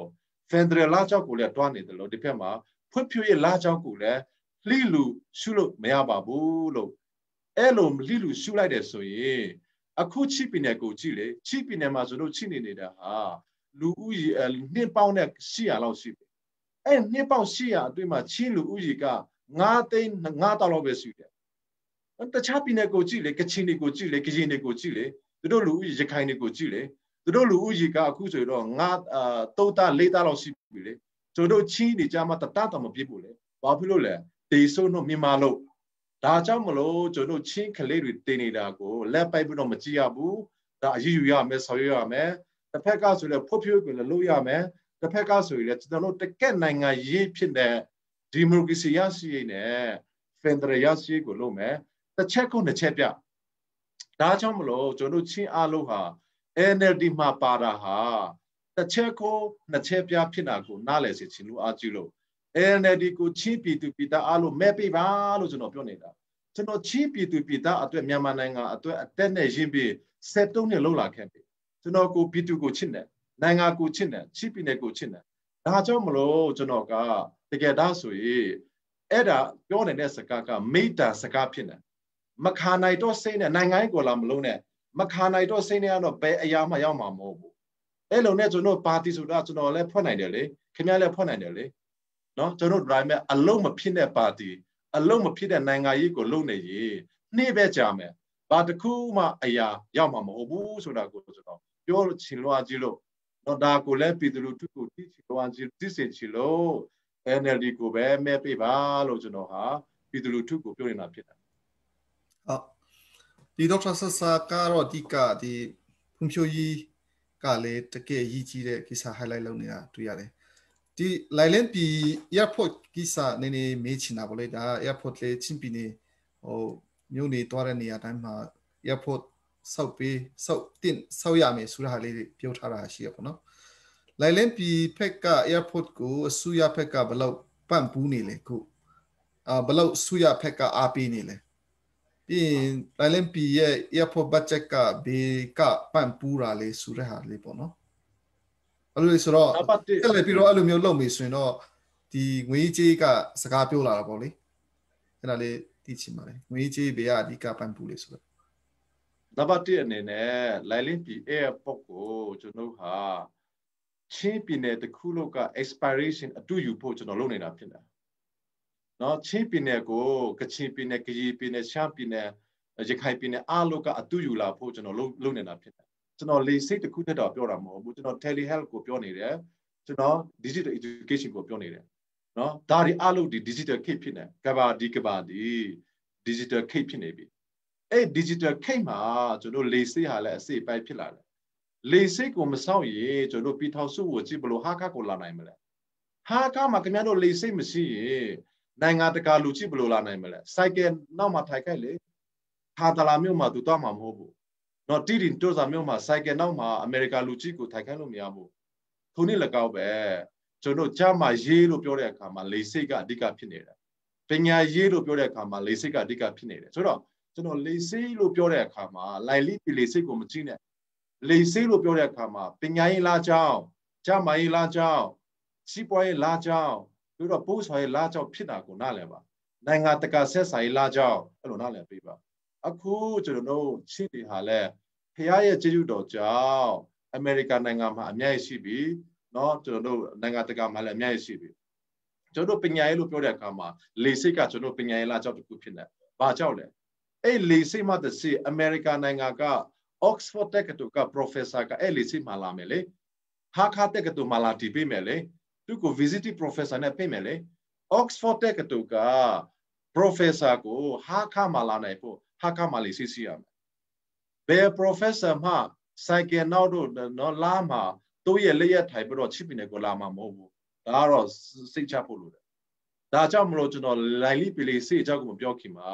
ကျွန်တော်ပြောနေတဲ့လေစိတ်ဒီပညာရေးလားကြောင်းကျွန်တော်ပြောနေတဲ့လေစိတ်ဒီကြမ်းမိုင်းလားကြောင်းအခုကျွန်တော်တို့တွန်းစာမှာတည်တယ်မှာကလေးမမွေးနိုင်တဲ့အမေကြီးတယောက်ရှိတယ်ဆိုပါဆိုမဒလီစိတ်ကိုခွဲစေရမယ်ဆိုပါဆိုဘလို့နဲ့သူ့ကိုကျန်တဲ့လေစိတ်မရှိသူ့ကိုလက်ပိုက်ပြီးတော့ကြည့်နေမလားလေစိတ်ရှိတနိုင်တွေ့သူ့ကိုမလေးလေစိတ်ပို့မယ်လေလေကြီးတစ်ခုကကျွန်တော်ပြောနေတာကလေစိတ်အကြီးကြီးမဟုတ်ပါဘူးအပီပီဆရာလေစိတ်မဟုတ်ပါဘူး data နဲ့ကိုက်နေတဲ့လေစိတ်ပါကျွန်တော်ပြောနေတဲ့လေကြီးဟာလဲအခုလို100 200 300အဲ့ဒါမဟုတ်ပါဘူးအဲ့လိုလူစိတ်မဟုတ်ပါဘူး10ယောက်20ယောက်ရှိပြီးပြီဒါကျွန်တော်နဲ့ကိုက်နေတယ်ဆိုတော့အဲ့လိုလေကြီးမျိုးကအမေရိကဒေါ်လာနဲ့2 တန်းလောက်ပဲရှိတယ်ဆိုတော့ခါနဲ့ကလေးမျိုးအကြောင်းမှာကမ္ဘာပါကနော်တ68 million dollar နဲ့လာကိုတိုးချဲ့ပေးနေတယ်ဟုတ်ရှိတယ်ဆိုတော့အဲ့ဒါကိုကျွန်တော်လေကြီးနဲ့တွဲမယ်ဆိုရင်ကျွန်တော်လေကြီး30လောက်ဝယ်လို့ရတယ်ကျွန်တော်ပြောနေလေကြီးမျိုးစားကဆိုတော့ပြောချင်တာကလိုက်လေးပီလေးစိတ်ဒီကျွန်တော်ကအတူယူဖို့စောင့်နေတဲ့လေစိတ်ဖြစ်တယ်နံပါတ်1နဲ့အခုဆိုရင်တော့85%ပြီးသွားပြီအစိုးရဘက်ကပပူမှုဆိုတာကငွေကြီးအဖြစ်တော့မရှိသိပေမဲ့လဲငွေကြီးတစ်ခုထဲနဲ့လေစိတ်ကိုဆောက်လို့ရတာမဟုတ်ဘူးလေစိတ်ဆောက်ဖို့ဆိုတာကဒုတမဒဦးဟန်ဒရီဗန်ချုပ်ကနေပြည်တော်မှာကျွန်တော်တို့ကိုတက်ဆိုင်ရာလူကြီးများနဲ့ပြောပြပေးလို့လေစိတ်တည်ဆောက်နိုင်ဖို့ကျွန်တော်တို့ကိုခွင့်ပြုချက်ပေးခဲ့တယ်တကယ်လို့များ NLD ဆိုရကကျွန်တော်တို့ကိုခွင့်ပြုချက်မပေးဘူးဆိုရင်လေစိတ်ကဆောက်လို့မရဘူးဘိုက်စာရှိရင်ဆောက်လို့မရဘူးအခုကျွန်တော်ဘိုက်စာနဲ့ပတ်သက်လာရင်ကျွန်တော်ကိုကိုငီပဖို့နေတဲ့အဖွဲ့အစည်းကနိုင်ငံတကာအဖွဲ့အစည်းဖြစ်တဲ့ MEF လေကြောင်းပဲဖြစ်ပါတယ်တကယ်တော့ဆိုရင် MEF ကလေစိတ်ကိုစောက်ဖို့တဲ့အဖွဲ့အစည်းမဟုတ်ဘူးသူတို့ကလေကြောင်းကမ္ဘာနိုင်ငံ52နိုင်ငံမှာလေကြောင်းကိုဆွဲပြီးတော့အခုလိုချစ်ပြည်နယ်လို့တွာလာရခက်ခဲတဲ့ဒေသတွေမှာအခုအာဖရိကနိုင်ငံတို့ပါပီနိုကီနီနိုင်ငံတို့အခုကျွန်တော်ဘင်္ဂလားဒေ့ရှ်နိုင်ငံအပါအဝင်ကျွန်တော်ဒီအင်ဒိုနီးရှားနိုင်ငံတို့မှာ MEF ကအဲ့လိုတွာလာရခက်ခဲတဲ့ပြည်နယ်တွေဒေသတွေကိုတွာနေတဲ့လေကြောင်းဖြစ်နေကျွန်တော်နဲ့သူတို့နဲ့စကားပြောတာ10 နှစ်ရှိပြီအဲ့ဒီ10 နှစ်တော့အတွင်းမှာချစ်ပြည်နယ်ကတကယ်ဒီလိုဖြစ်နေပါတယ်ခင်ဗျားတို့လိုလေကြောင်းတွေကချစ်ပြည်နယ်မှာမရှိရင်ကျွန်တော်ကလူကတင်နေဥမှာပဲဘတူးမှချစ်ပြည်နယ်ကိုတော့လာလို့ရမှာမဟုတ်ဘူးကုလားတမက်ကလည်းမလာနိုင်ဘူး နိုင်ငံတကာဖွဲ့စည်းလည်းမလာနိုင်ဘူးပြီးတော့ကျွန်တော် WHO လည်းမလာနိုင်ဘူးဆိုတော့ဘယ်လိုလုပ်တော့မလဲလူကတည်နေပြီကျမကြီးကဆူးရှုံနေပြီ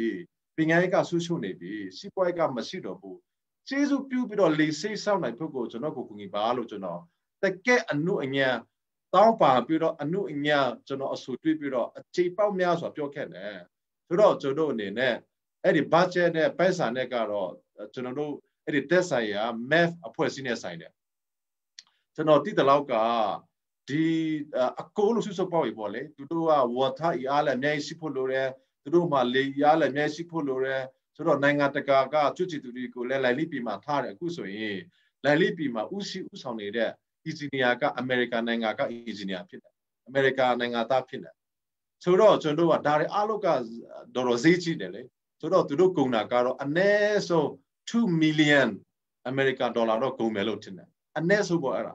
အနည်းဆုံးပေါ့ဆိုတော့ကျွန်တော်အနေနဲ့ဒါ2 million လောက်ဖြစ်တယ်အဲ့ဒီ2 million မှာပိုက်ဆံနဲ့တွဲလို့မရတဲ့လိုက်လိပြည်လူ2 အားလည်းအများကြီးပါတယ်ပိုက်ဆံနဲ့တွဲလို့မရတဲ့အစိုးရအားလည်းအများကြီးပါတယ်ဥပမာပေါ့ကျွန်တော်ဒူးတမဒါကြီးဦးဟန်ဒရီဗန်သျုကလိုက်လိပြည်မှာပြည်ထောင်စုဝန်ကြီးများပြည်ထောင်စုဒုဝန်ကြီးများတက်ဆိုင်ရာဌာနဆိုင်ရာအကြီးအကဲများကို high skin နဲ့ဆင်းနေလာတယ်ဒါပိုက်ဆံဘယ်လောက်ကုန်တယ်လဲအစိုးရကကျွန်တော်မသိဘယ်လောက်ကုန်လဲအများကြီးတော့ကုန်ပါပဲလိုက်လိပြည်ကို high skin နဲ့ဆင်းနေလာတယ်ဆိုတာကတော့တိတ်ပေါင်းဘယ်လောက်တော့ကုန်ပါပဲဒါဟာလည်းအစိုးရရဲ့ contribution မဟုတ်ဘူးလားဒါတွေဟာလည်းအစိုးရကလုပ်ပေးခဲ့တဲ့ဥစ္စာမဟုတ်ဘူးလားဆိုပြီးတော့ကျွန်တော်ကငွေမျက်နှာကိုပဲမကြည့်ပဲနဲ့လူရဲ့အမျက်နှာကိုလည်းကြည့်ရဖို့လိုတယ်လိုက်လိပြည်လေးစိတ်မှာအဲ့ဒါမှပေးစားခဲ့တဲ့လူတွေပိုက်ဆံနဲ့တက်လို့မရတဲ့လိုက်လိပြည်ကမုတ်ဆိုးမတယောက်ကလိုက်လိပြည်လေးစိတ်မှာ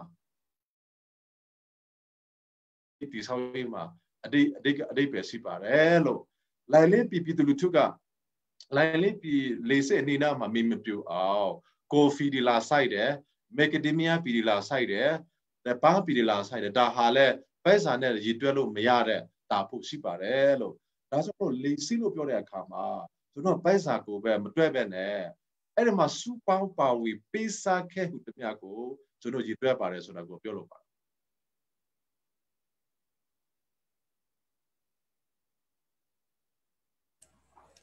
MAF ဆိုတာကတော့ Mission Aviation Fellowship ဆိုတာဖြစ်မယ်နော်ကျွန်တော်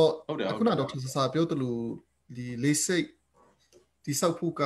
ငွေကြေးလေးကုန်ကြမယ်ပေါ့နော်ဒီ next နောက်ပိုင်းမှာ operation လေးများတဲ့ပုံစံကြီးမြင်ရတာပေါ့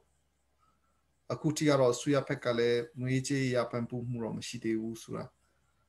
ကျွန်တော်အဲ့လိုနားလည်လိုက်တယ်ပေါ့စစ်ဆက်ပြီးတော့လောက်ဖို့ကဒီဘလူအစီအစဉ်ရှိသေးလေပြီးအဲ့လိုမျိုးလောက်ဖို့ကတကယ်နိုင်ငံတကာဖက် investment အနေနဲ့ရောခုန daily health အတွက်ပေါ့နော်အဓိကတော့ဒီကျမကြီးကိုအဓိကဥစားပေးပြီးတော့အဲ့လိုမျိုးလောက်နေတဲ့ကိစ္စတွေအရေးပေါ်ကိစ္စတွေဖြစ်နေတဲ့အတွက်ဒါဘလောက်ထိအရေးကြီးပြီးတော့ချင်းပြည်သူဖက်ကလည်းအဲ့ဒါကိုဘယ်လိုပုံစံနဲ့အားပေးပြီးတော့လောက်တင်လေဆိုတဲ့ဟာလေးပေါ့နော်ပြင်ပါဒီစီစဉ်ရှိတယ်လေဆိုတာနည်းနည်းပြောပြပါဦး yes tip အတွက်ပေါ့နော်ဒီသူဖက်ကတော့AFC နဲ့နိုင်ငံရေးနဲ့ဆိုင်တယ် AFC နဲ့ပါတီနဲ့ဆိုင်တယ်ဒါကြောင့်မလို့ချစ်ပြည်နယ်မှာ Air Service ကိုမြင်ချင်ရင် Digital Service ကိုမြင်ချင်ရင် Telehealth Service ကိုမြင်ချင် NLD ကို vote ပေးပါလို့ကျွန်တော်ပြောနေတာဓမ္မဒါနဲ့ပြောရမယ်ဒါတွေကလေနော်ကျွန်တော်တို့ပြည်ထောင်စုဝန်ကြီးနဲ့ပြောရမယ်အစစ်ဓမ္မဒါမှတစ်စစ်ပြည်ထောင်စုဝန်ကြီးများမှတစ်စစ်ကဘာဘာနဲ့ပြောရမယ်စကားတွေဖြစ်နေဒါကြောင့်မလို့နိုင်ငံတကာလို့ပြောတဲ့အခါမှာဟာခါမျိုးကဣတိယနိုင်ငံတကာကိုခုနှစ်ကဆက်ဆံလို့မရဘူးဒါနိုင်ငံတိုက်လက်ဖြစ်နေနေပြည်တော်မှတစ်စစ်နိုင်ငံတကာကိုဆက်ဆံရမယ်ဒါကြောင့်မလို့ကျွန်တော်ဟာဒီ operational ချိပြည်နယ်လိုက်လိပြရတော့ထားလိုက်အောင်ကျွန်တော်ရွေချက်ကချိပြည်နယ်တစ်ခုလုံးမှာ air service ရှိရမယ်အခုအမေရိကပြည်ထောင်စုမှာရှိတဲ့အဖွဲ့အစည်းတစ်ခုကကျွန်တော်တို့ကို air ambulance နှစ်ခုပေးနိုင်မဲ့အနေအထားရှိတယ်အသေးစိတ်တော့ဒါပြောမဲ့ချင်းမရောက်သေးဘူးကျွန်တော်တို့ကိုလေပြ20ပေးမယ်အဲ့လေပြကချိပြည်နယ်မှာလူနာတွေတဲနိုင်ဖို့ပေါ့ချိပြည်နယ်တစ်ခုတည်းမဟုတ်ပါဘူးမြန်မာနိုင်ငံတစ်ခုလုံးမှာရှိတဲ့လူနာတွေကိုလေဆိပ်ရှိတဲ့နေရာတိုက်ကနေတဲလို့ရမယ်လေပေါ့ ဒါပေမဲ့လည်းကျွန်တော်တို့ကဒါတွေအားလုံးကိုလုံနိုင်ဖို့နဲ့ဆွဲနိုင်ဖို့ကကျွန်တော်တို့အနေနဲ့အစိုးရမှာလည်ပတ်ဖို့လိုတယ်အစိုးရမှာလည်ပတ်ဖို့လို့ပြောတဲ့အခါမှာနိုင်ငံတကာအဖွဲ့အစည်းတော်၎င်းတော့တရားဝင်ဖြစ်နေတဲ့အကိုလို့နိုင်ငံတကာပြည်တွင်းပြည်ပအဖွဲ့အစည်းအားလုံးအကိုလို့ပူပေါက်ပြီးတော့အဲ့လိုနဲ့ကျွန်တော်ဟာချင်းပြည်နယ်မှာ air operation ကိုလုပ်ဖို့လိုတယ်ဆိုတော့အခုကျွန်တော်တို့တိတိမလေးစေးတို့အခုဟာခါလေးစေးတို့ကျွန်တော်တို့ဒီထာဒလာလေးစေးတို့တားတဲ့အားလုံးဒီဘလဲဝါလေးစေးကျွန်တော်တို့က India အစိုးရတောင်မှ events နဲ့လာလုပ်နိုင်တယ်ဘာပြောရလဲဆိုတော့ India အစိုးရကဒီမိုကရေစီအစိုးရလည်းဖြစ်တယ်လို့ကျွန်တော်ချင်းပြည်နယ်နဲ့နယ်နိမိတ်မိုင်ပေါက်400 500နီးပါးစစ်စားနေတဲ့ပြည်နယ်ဖြစ်တဲ့အတွက်ကြောင့်ကျွန်တော်တို့အနေနဲ့ချင်းပြည်နယ်မှာရှိတဲ့လေဆိပ်တွေကိုလည်း India အစိုးရတောင်မှလုပ်ပေးနိုင်တဲ့အနေအထားရှိတယ်တော့ဒါတွေအားလုံးဟာနိုင်ငံရေးလောကဖြစ်တဲ့အတွက်ကြောင့်နိုင်ငံရေးဖွံ့ဖြိုးရေးအခုနကျမရေးပညာရေးစီးပွားရေးအားလုံးဟာတကယ်တော့ဆိုရင်တော့နိုင်ငံရေးလက်အောက်ခံဖြစ်တဲ့အတွက်ကြောင့်တကယ်စိုးဖြတ်ချက်ချမဲ့နေရာကနေပြီးတော့ဖြစ်နေတယ်လို့ဒါကြောင့်မလို့နေပြီးတော့မှာကျွန်တော်တို့ဟာရှင်းဒီအားလုံးလဲ NLD ကို vote ပေးချင်အဖြစ်နေပြီးတော့မှာစကားပြောလို့ရမယ်လို့ vote မပေးဘဲနဲ့ကတော့နေပြီးတော့မှာစကားသွားပြောရည်လဲပြောလို့တော့ရတယ်ဒါပေမဲ့သူတို့လက်ခံချင်မှလက်ခံမယ်ဟုတ်ဒါအောင်နိုင်ကြီးရဲ့အဖွဲ့ဝင်ဆိုတော့ NLD ရောမေးပေးပါဆိုတော့ပုံမှန်တော့ပြောမှာပဲနော်ဟောပါမယ်လေဆရာကျွန်တော်တခုတော့မေးချင်တယ်ဒေါက်တာဆာဆာကူလူမှုရေးဝန်ကြီးအနေနဲ့တကယ်လို့များ NLD ကန်ရခဲ့ရင်ပေါ့လေအဲ့လိုရထားဖို့အတွင်းကျွန်တော်အဲ့လိုကြားတာပေါ့အဲ့ဒါများတကယ်များဖြစ်ခဲ့ရင်ဖြစ်လေဖြစ်ရင်ပေါ့ဘယ်လိုလက်ခံနိုင်တဲ့အခြေအနေဖြစ်သလားပြီးရင်ဒေါက်တာဆာဆာကူတိုင်ကရောနိုင်ငံရေးလောကထဲဝင်ဖို့အစီအစဉ်ရှိလားဒီဟာလေးကိုနည်းနည်းဖြေပေးပါနိုင်ငံရေးလောကမှာဝီပြီလေဆရာလူတယ်လေပြောချင်တာအခုနပြောပြီလေစီစဉ်ပြဝင်မလားဆိုတော့အဲ့ဒါအောင်နိုင်ကြီးအတွက်ပေါ့နော်ခုကပဲဝင်ခါဆဖြစ်နေတဲ့အတွက်ဆက်လက်ပြီးတော့ပြောချင်တာကတော့ဟုတ်ကဲ့အစီအစဉ်ရှိလားဟုတ်လေတဲ့ MP ဟိုဒီဝင်မလားဆိုတဲ့ဟာပေါ့နော်ကျွန်တော်ကဝကြီးဖြစ်ချီမဖြစ်ချီကျွန်တော်စိတ်ဝင်စားပါဘူးကျွန်တော်စိတ်ဝင်စားတာတခုပဲရှိတယ်ချင်းပြည်နယ်ဒီဖက်ဒရယ်ပြည်နယ်ဖြစ်ရမယ်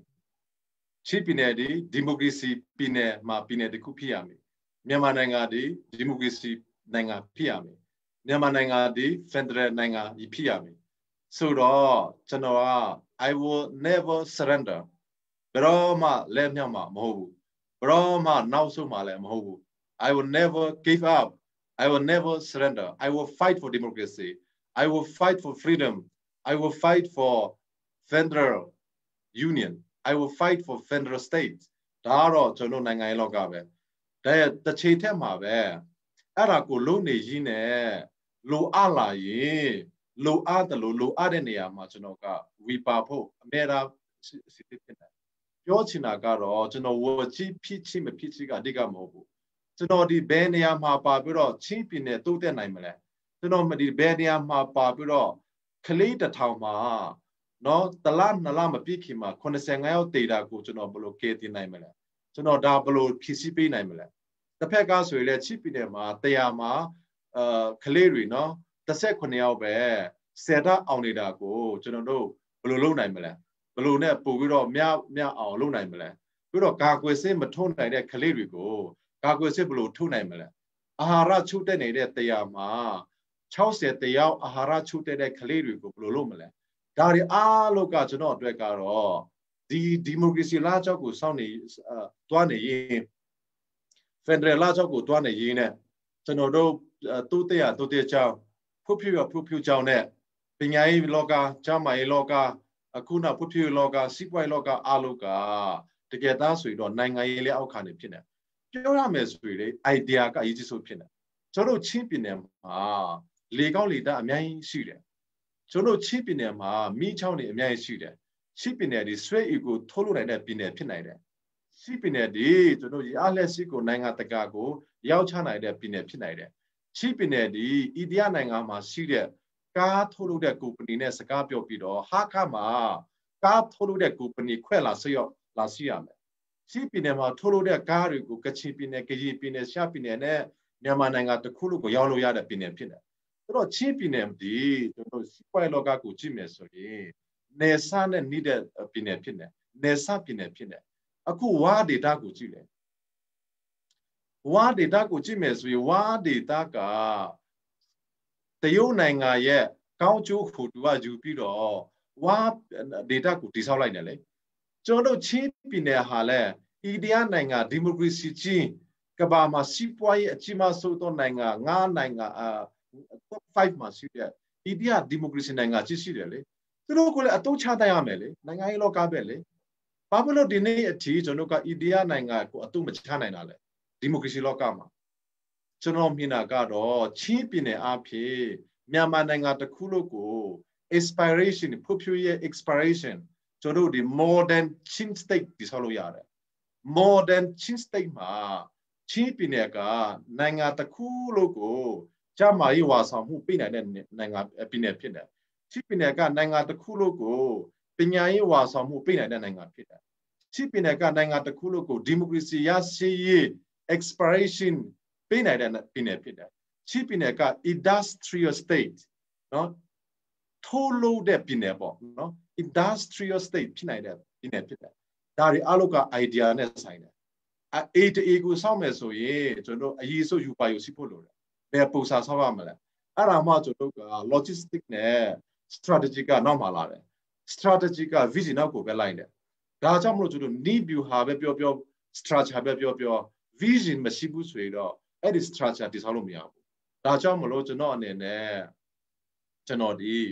ဝကြီးဖြစ်ချီမဖြစ်ချီကိုကျွန်တော်စိတ်ဝင်စားဘူးကျွန်တော်ဝကြီးဖြစ်တယ်ဖြစ်စေမဖြစ်တယ်ဖြစ်စေကျွန်တော်ချင်းပြည်နယ်အတွက်အမြတ်ရတည်နေမယ်ကျွန်တော်ဒီမိုကရေစီအတွက်အမြတ်ရတည်နေမယ်ကျွန်တော် Federal ပြည်ထောင်စုအတွက်အမြတ်ရတည်နေမယ်ဒါကတော့ကျွန်တော်ရတည်ချက်ပဲဒါကြောင့်မလို့ကျွန်တော်ကဝကြီးဖြစ်လာတယ်ဖြစ်စေမဖြစ်လာတယ်ဖြစ်စေဘာပဲဖြစ်ဖြစ်ကျွန်တော်ကဒါတွေကိုစိတ်ဝင်စားလို့နိုင်ငံရေးကိုလုပ်တာမဟုတ်ပါဘူးကျွန်တော်အနေနဲ့ကျွန်တော်ဟာနေစစ်စားရေးချင်းပြည်နယ်မှာလူမှုရေးဝကြီးလုပ်တာကျွန်တော်အတွက်ပါကျွန်တော်လာခကဘယ်လောက်ရမလို့လဲနော်ကျွန်တော်အမေရိကန်နိုင်ငံမှာနေနေတယ်ကျွန်တော်အင်္ဂလန်နိုင်ငံမှာနေနေတယ်ကျွန်တော်ကိုဟာနဲ့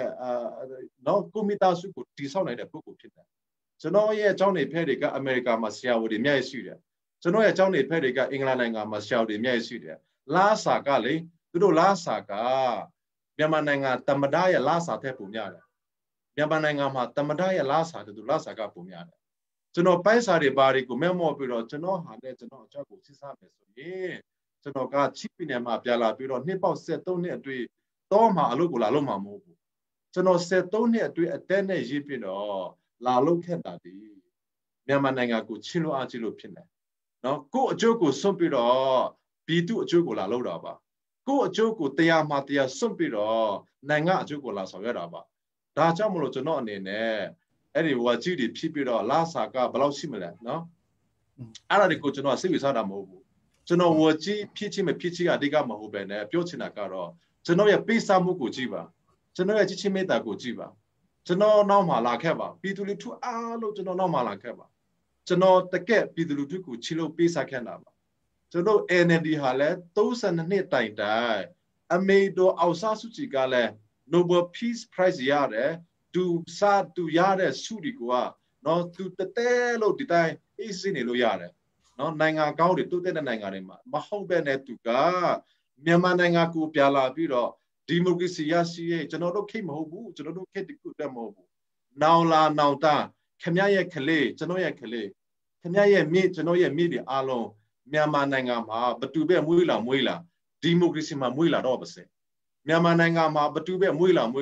ဖန်ဒရယ်မှာမွေးလာတော့ပါစေကျွန်တော်တို့ခိတ်တော်မှာစီအာနာစီအောက်မှာရောက်ပြီးတော့ဘလောက်ဒုက္ခရောက်တယ်လဲကျွန်တော်တို့ရဲ့အခြေကတော့ကျွန်တော်တို့ရဲ့ခိတ်ကတော့နော်ကျွန်တော်တို့ဒုတိယကမ္ဘာစစ်မှာစစ်သားတွေပြောတဲ့စကားတစ်ခုကိုကျွန်တော်ပြောလိုပါတယ်အဲ့ဒါက we gave our today for your tomorrow ကျွန်တော်တို့ဤဒီနေ့ကိုခမရတို့ရဲ့မနေ့ဖြာအတွက်ပေးလိုက်ပြီလို့သူတို့ကြေညာကျွန်တော်တို့ရဲ့ဒီနေ့ကိုနောက်လာနောက်သားတွေမနေ့ဖြာအတွက်ပေးကြပါစို့ကျွန်တော်တို့ရဲ့ဒီနေ့ကိုပြည်သူကိုတကယ်ချင်းရင်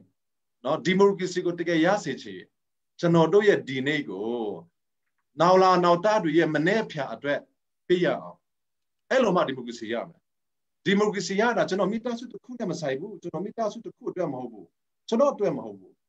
ဒီမိုကရေစီရတာဟာမြန်မာနိုင်ငံမှာမွေးမြတ်သူတွေအားလုံးအတွက်ဖြစ်တယ်ဟုတ်ကျေးဇူးပါကျွန်တော်ကြည့်ရှုတဲ့ကျွန်တော်ချင်းလာဖို့ကြည့်ရှုတဲ့သူက1000နီးပါးရှိရပါတော့ comment ကလည်း600 900နီးပါးရှိတော့ကျွန်တော် question မေးတာဟာကိုlike ကြည့်မလားလို့ကျွန်တော် like မကြည့်နိုင်တော့ဘူးအဲ့ဒါကိုဒီကနေတောင်းပိုင်ပါတယ်ကျွန်တော်မေးခွန်း3ခုလောက်ကြံသေးတာပေါ့နော်အဲ့ဒါကျွန်တော်ရဲ့အချင်းကလည်းတနားရီခွေးရှိလာပြီဆိုတော့အားလာပါတယ်ကျွန်တော်တခုပြန်မေးချင်တာကတော့ဒေါက်တာဆာဆာအဖေကူတိုင်ကလည်းဒီ ENDP ရဲ့ဒုက္ကထာလောက်နေတာပေါ့လေပြီးရင်အခုလိုင်လင်းပြည်မှာဆိုရင်တော့ ENDP ဒီတော့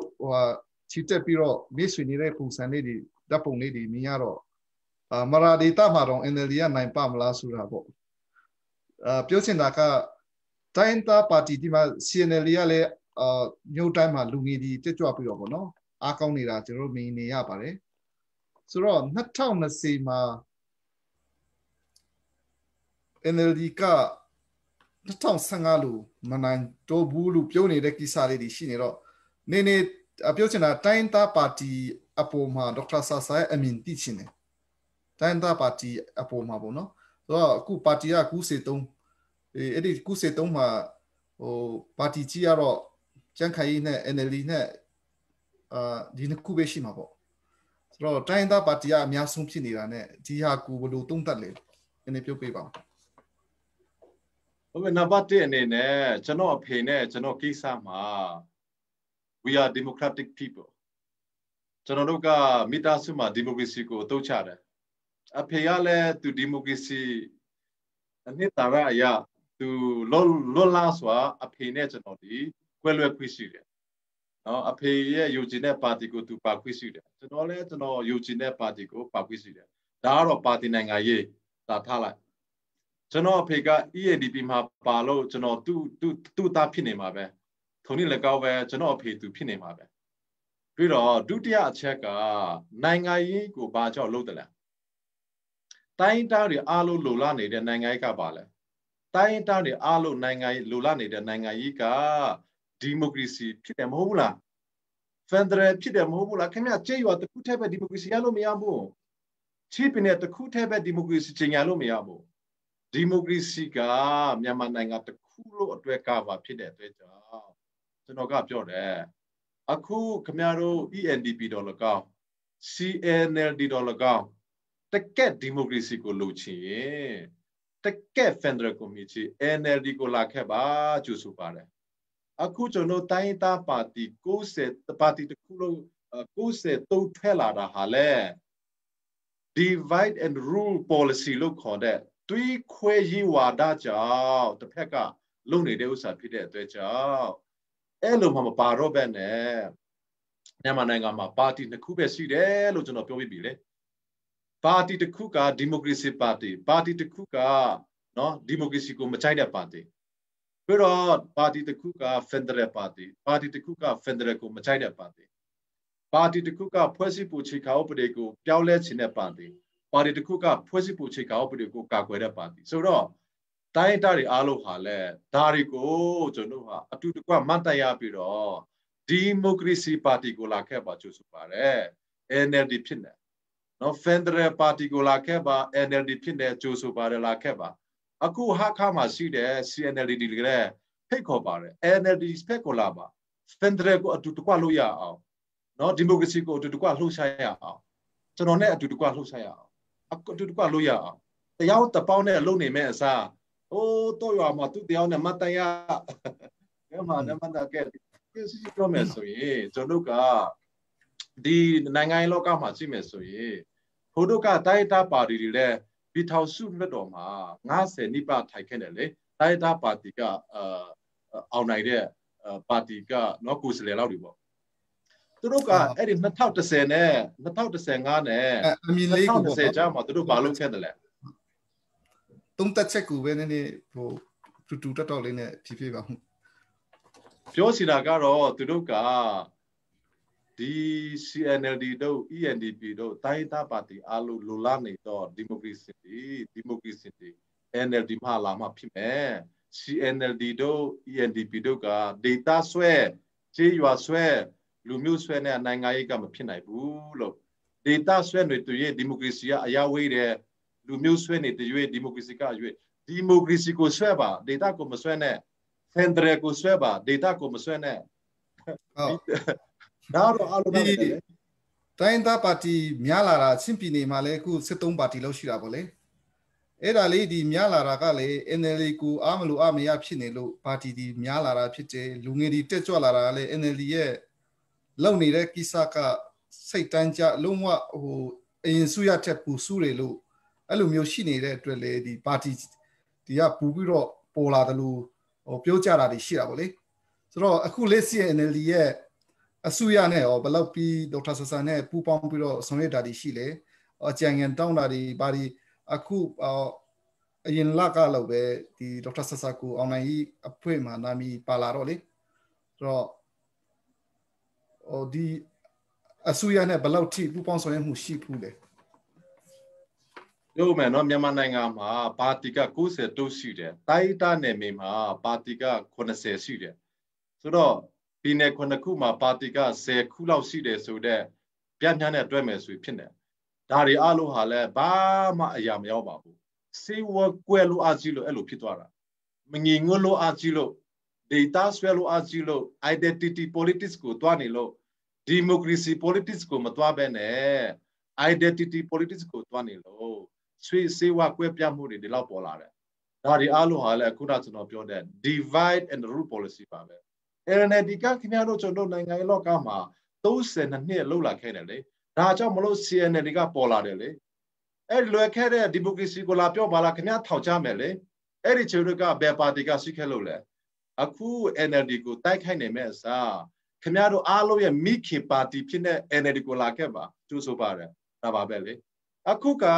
ရွေးကောက်ပွဲရှိတာလဲ NLD လှုပ်ရှားမှုကြောင့်ခင်ဗျားတို့ပါတီလှုပ်ရှားမှုကြောင့်မပါဘူးတကယ်ပြောမယ်ဆိုရင်လေ2010ရွေးကောက်ပွဲလဲ NLD ကြောင့်ပေါ်လာတယ်2015လဲ NLD ကြောင့်ပေါ်လာတယ်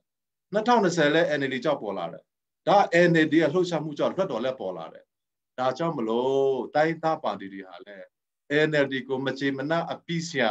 အခု NLD က၄နှစ်ပဲအစိုးရလုပ်တယ်လေ၄နှစ်တော့အတွင်းမှာခင်ဗျာဘယ်လိုဘာလုပ်နိုင်မလဲဖွဲ့စည်းကိုပုံချေခါဥပဒေကကျွန်တော်ကိုချုပ်ထားတယ်လေအဲ့ဒါကိုဖွဲ့စည်းပုံချေခါဥပဒေကိုအပြစ်မတည်ချင်ပဲနဲ့ NLD ကိုအပြစ်လာတည်နေမဲ့အစားခင်ဗျာရဲ့မိခင်ဒီ NLD ဖြစ်နေ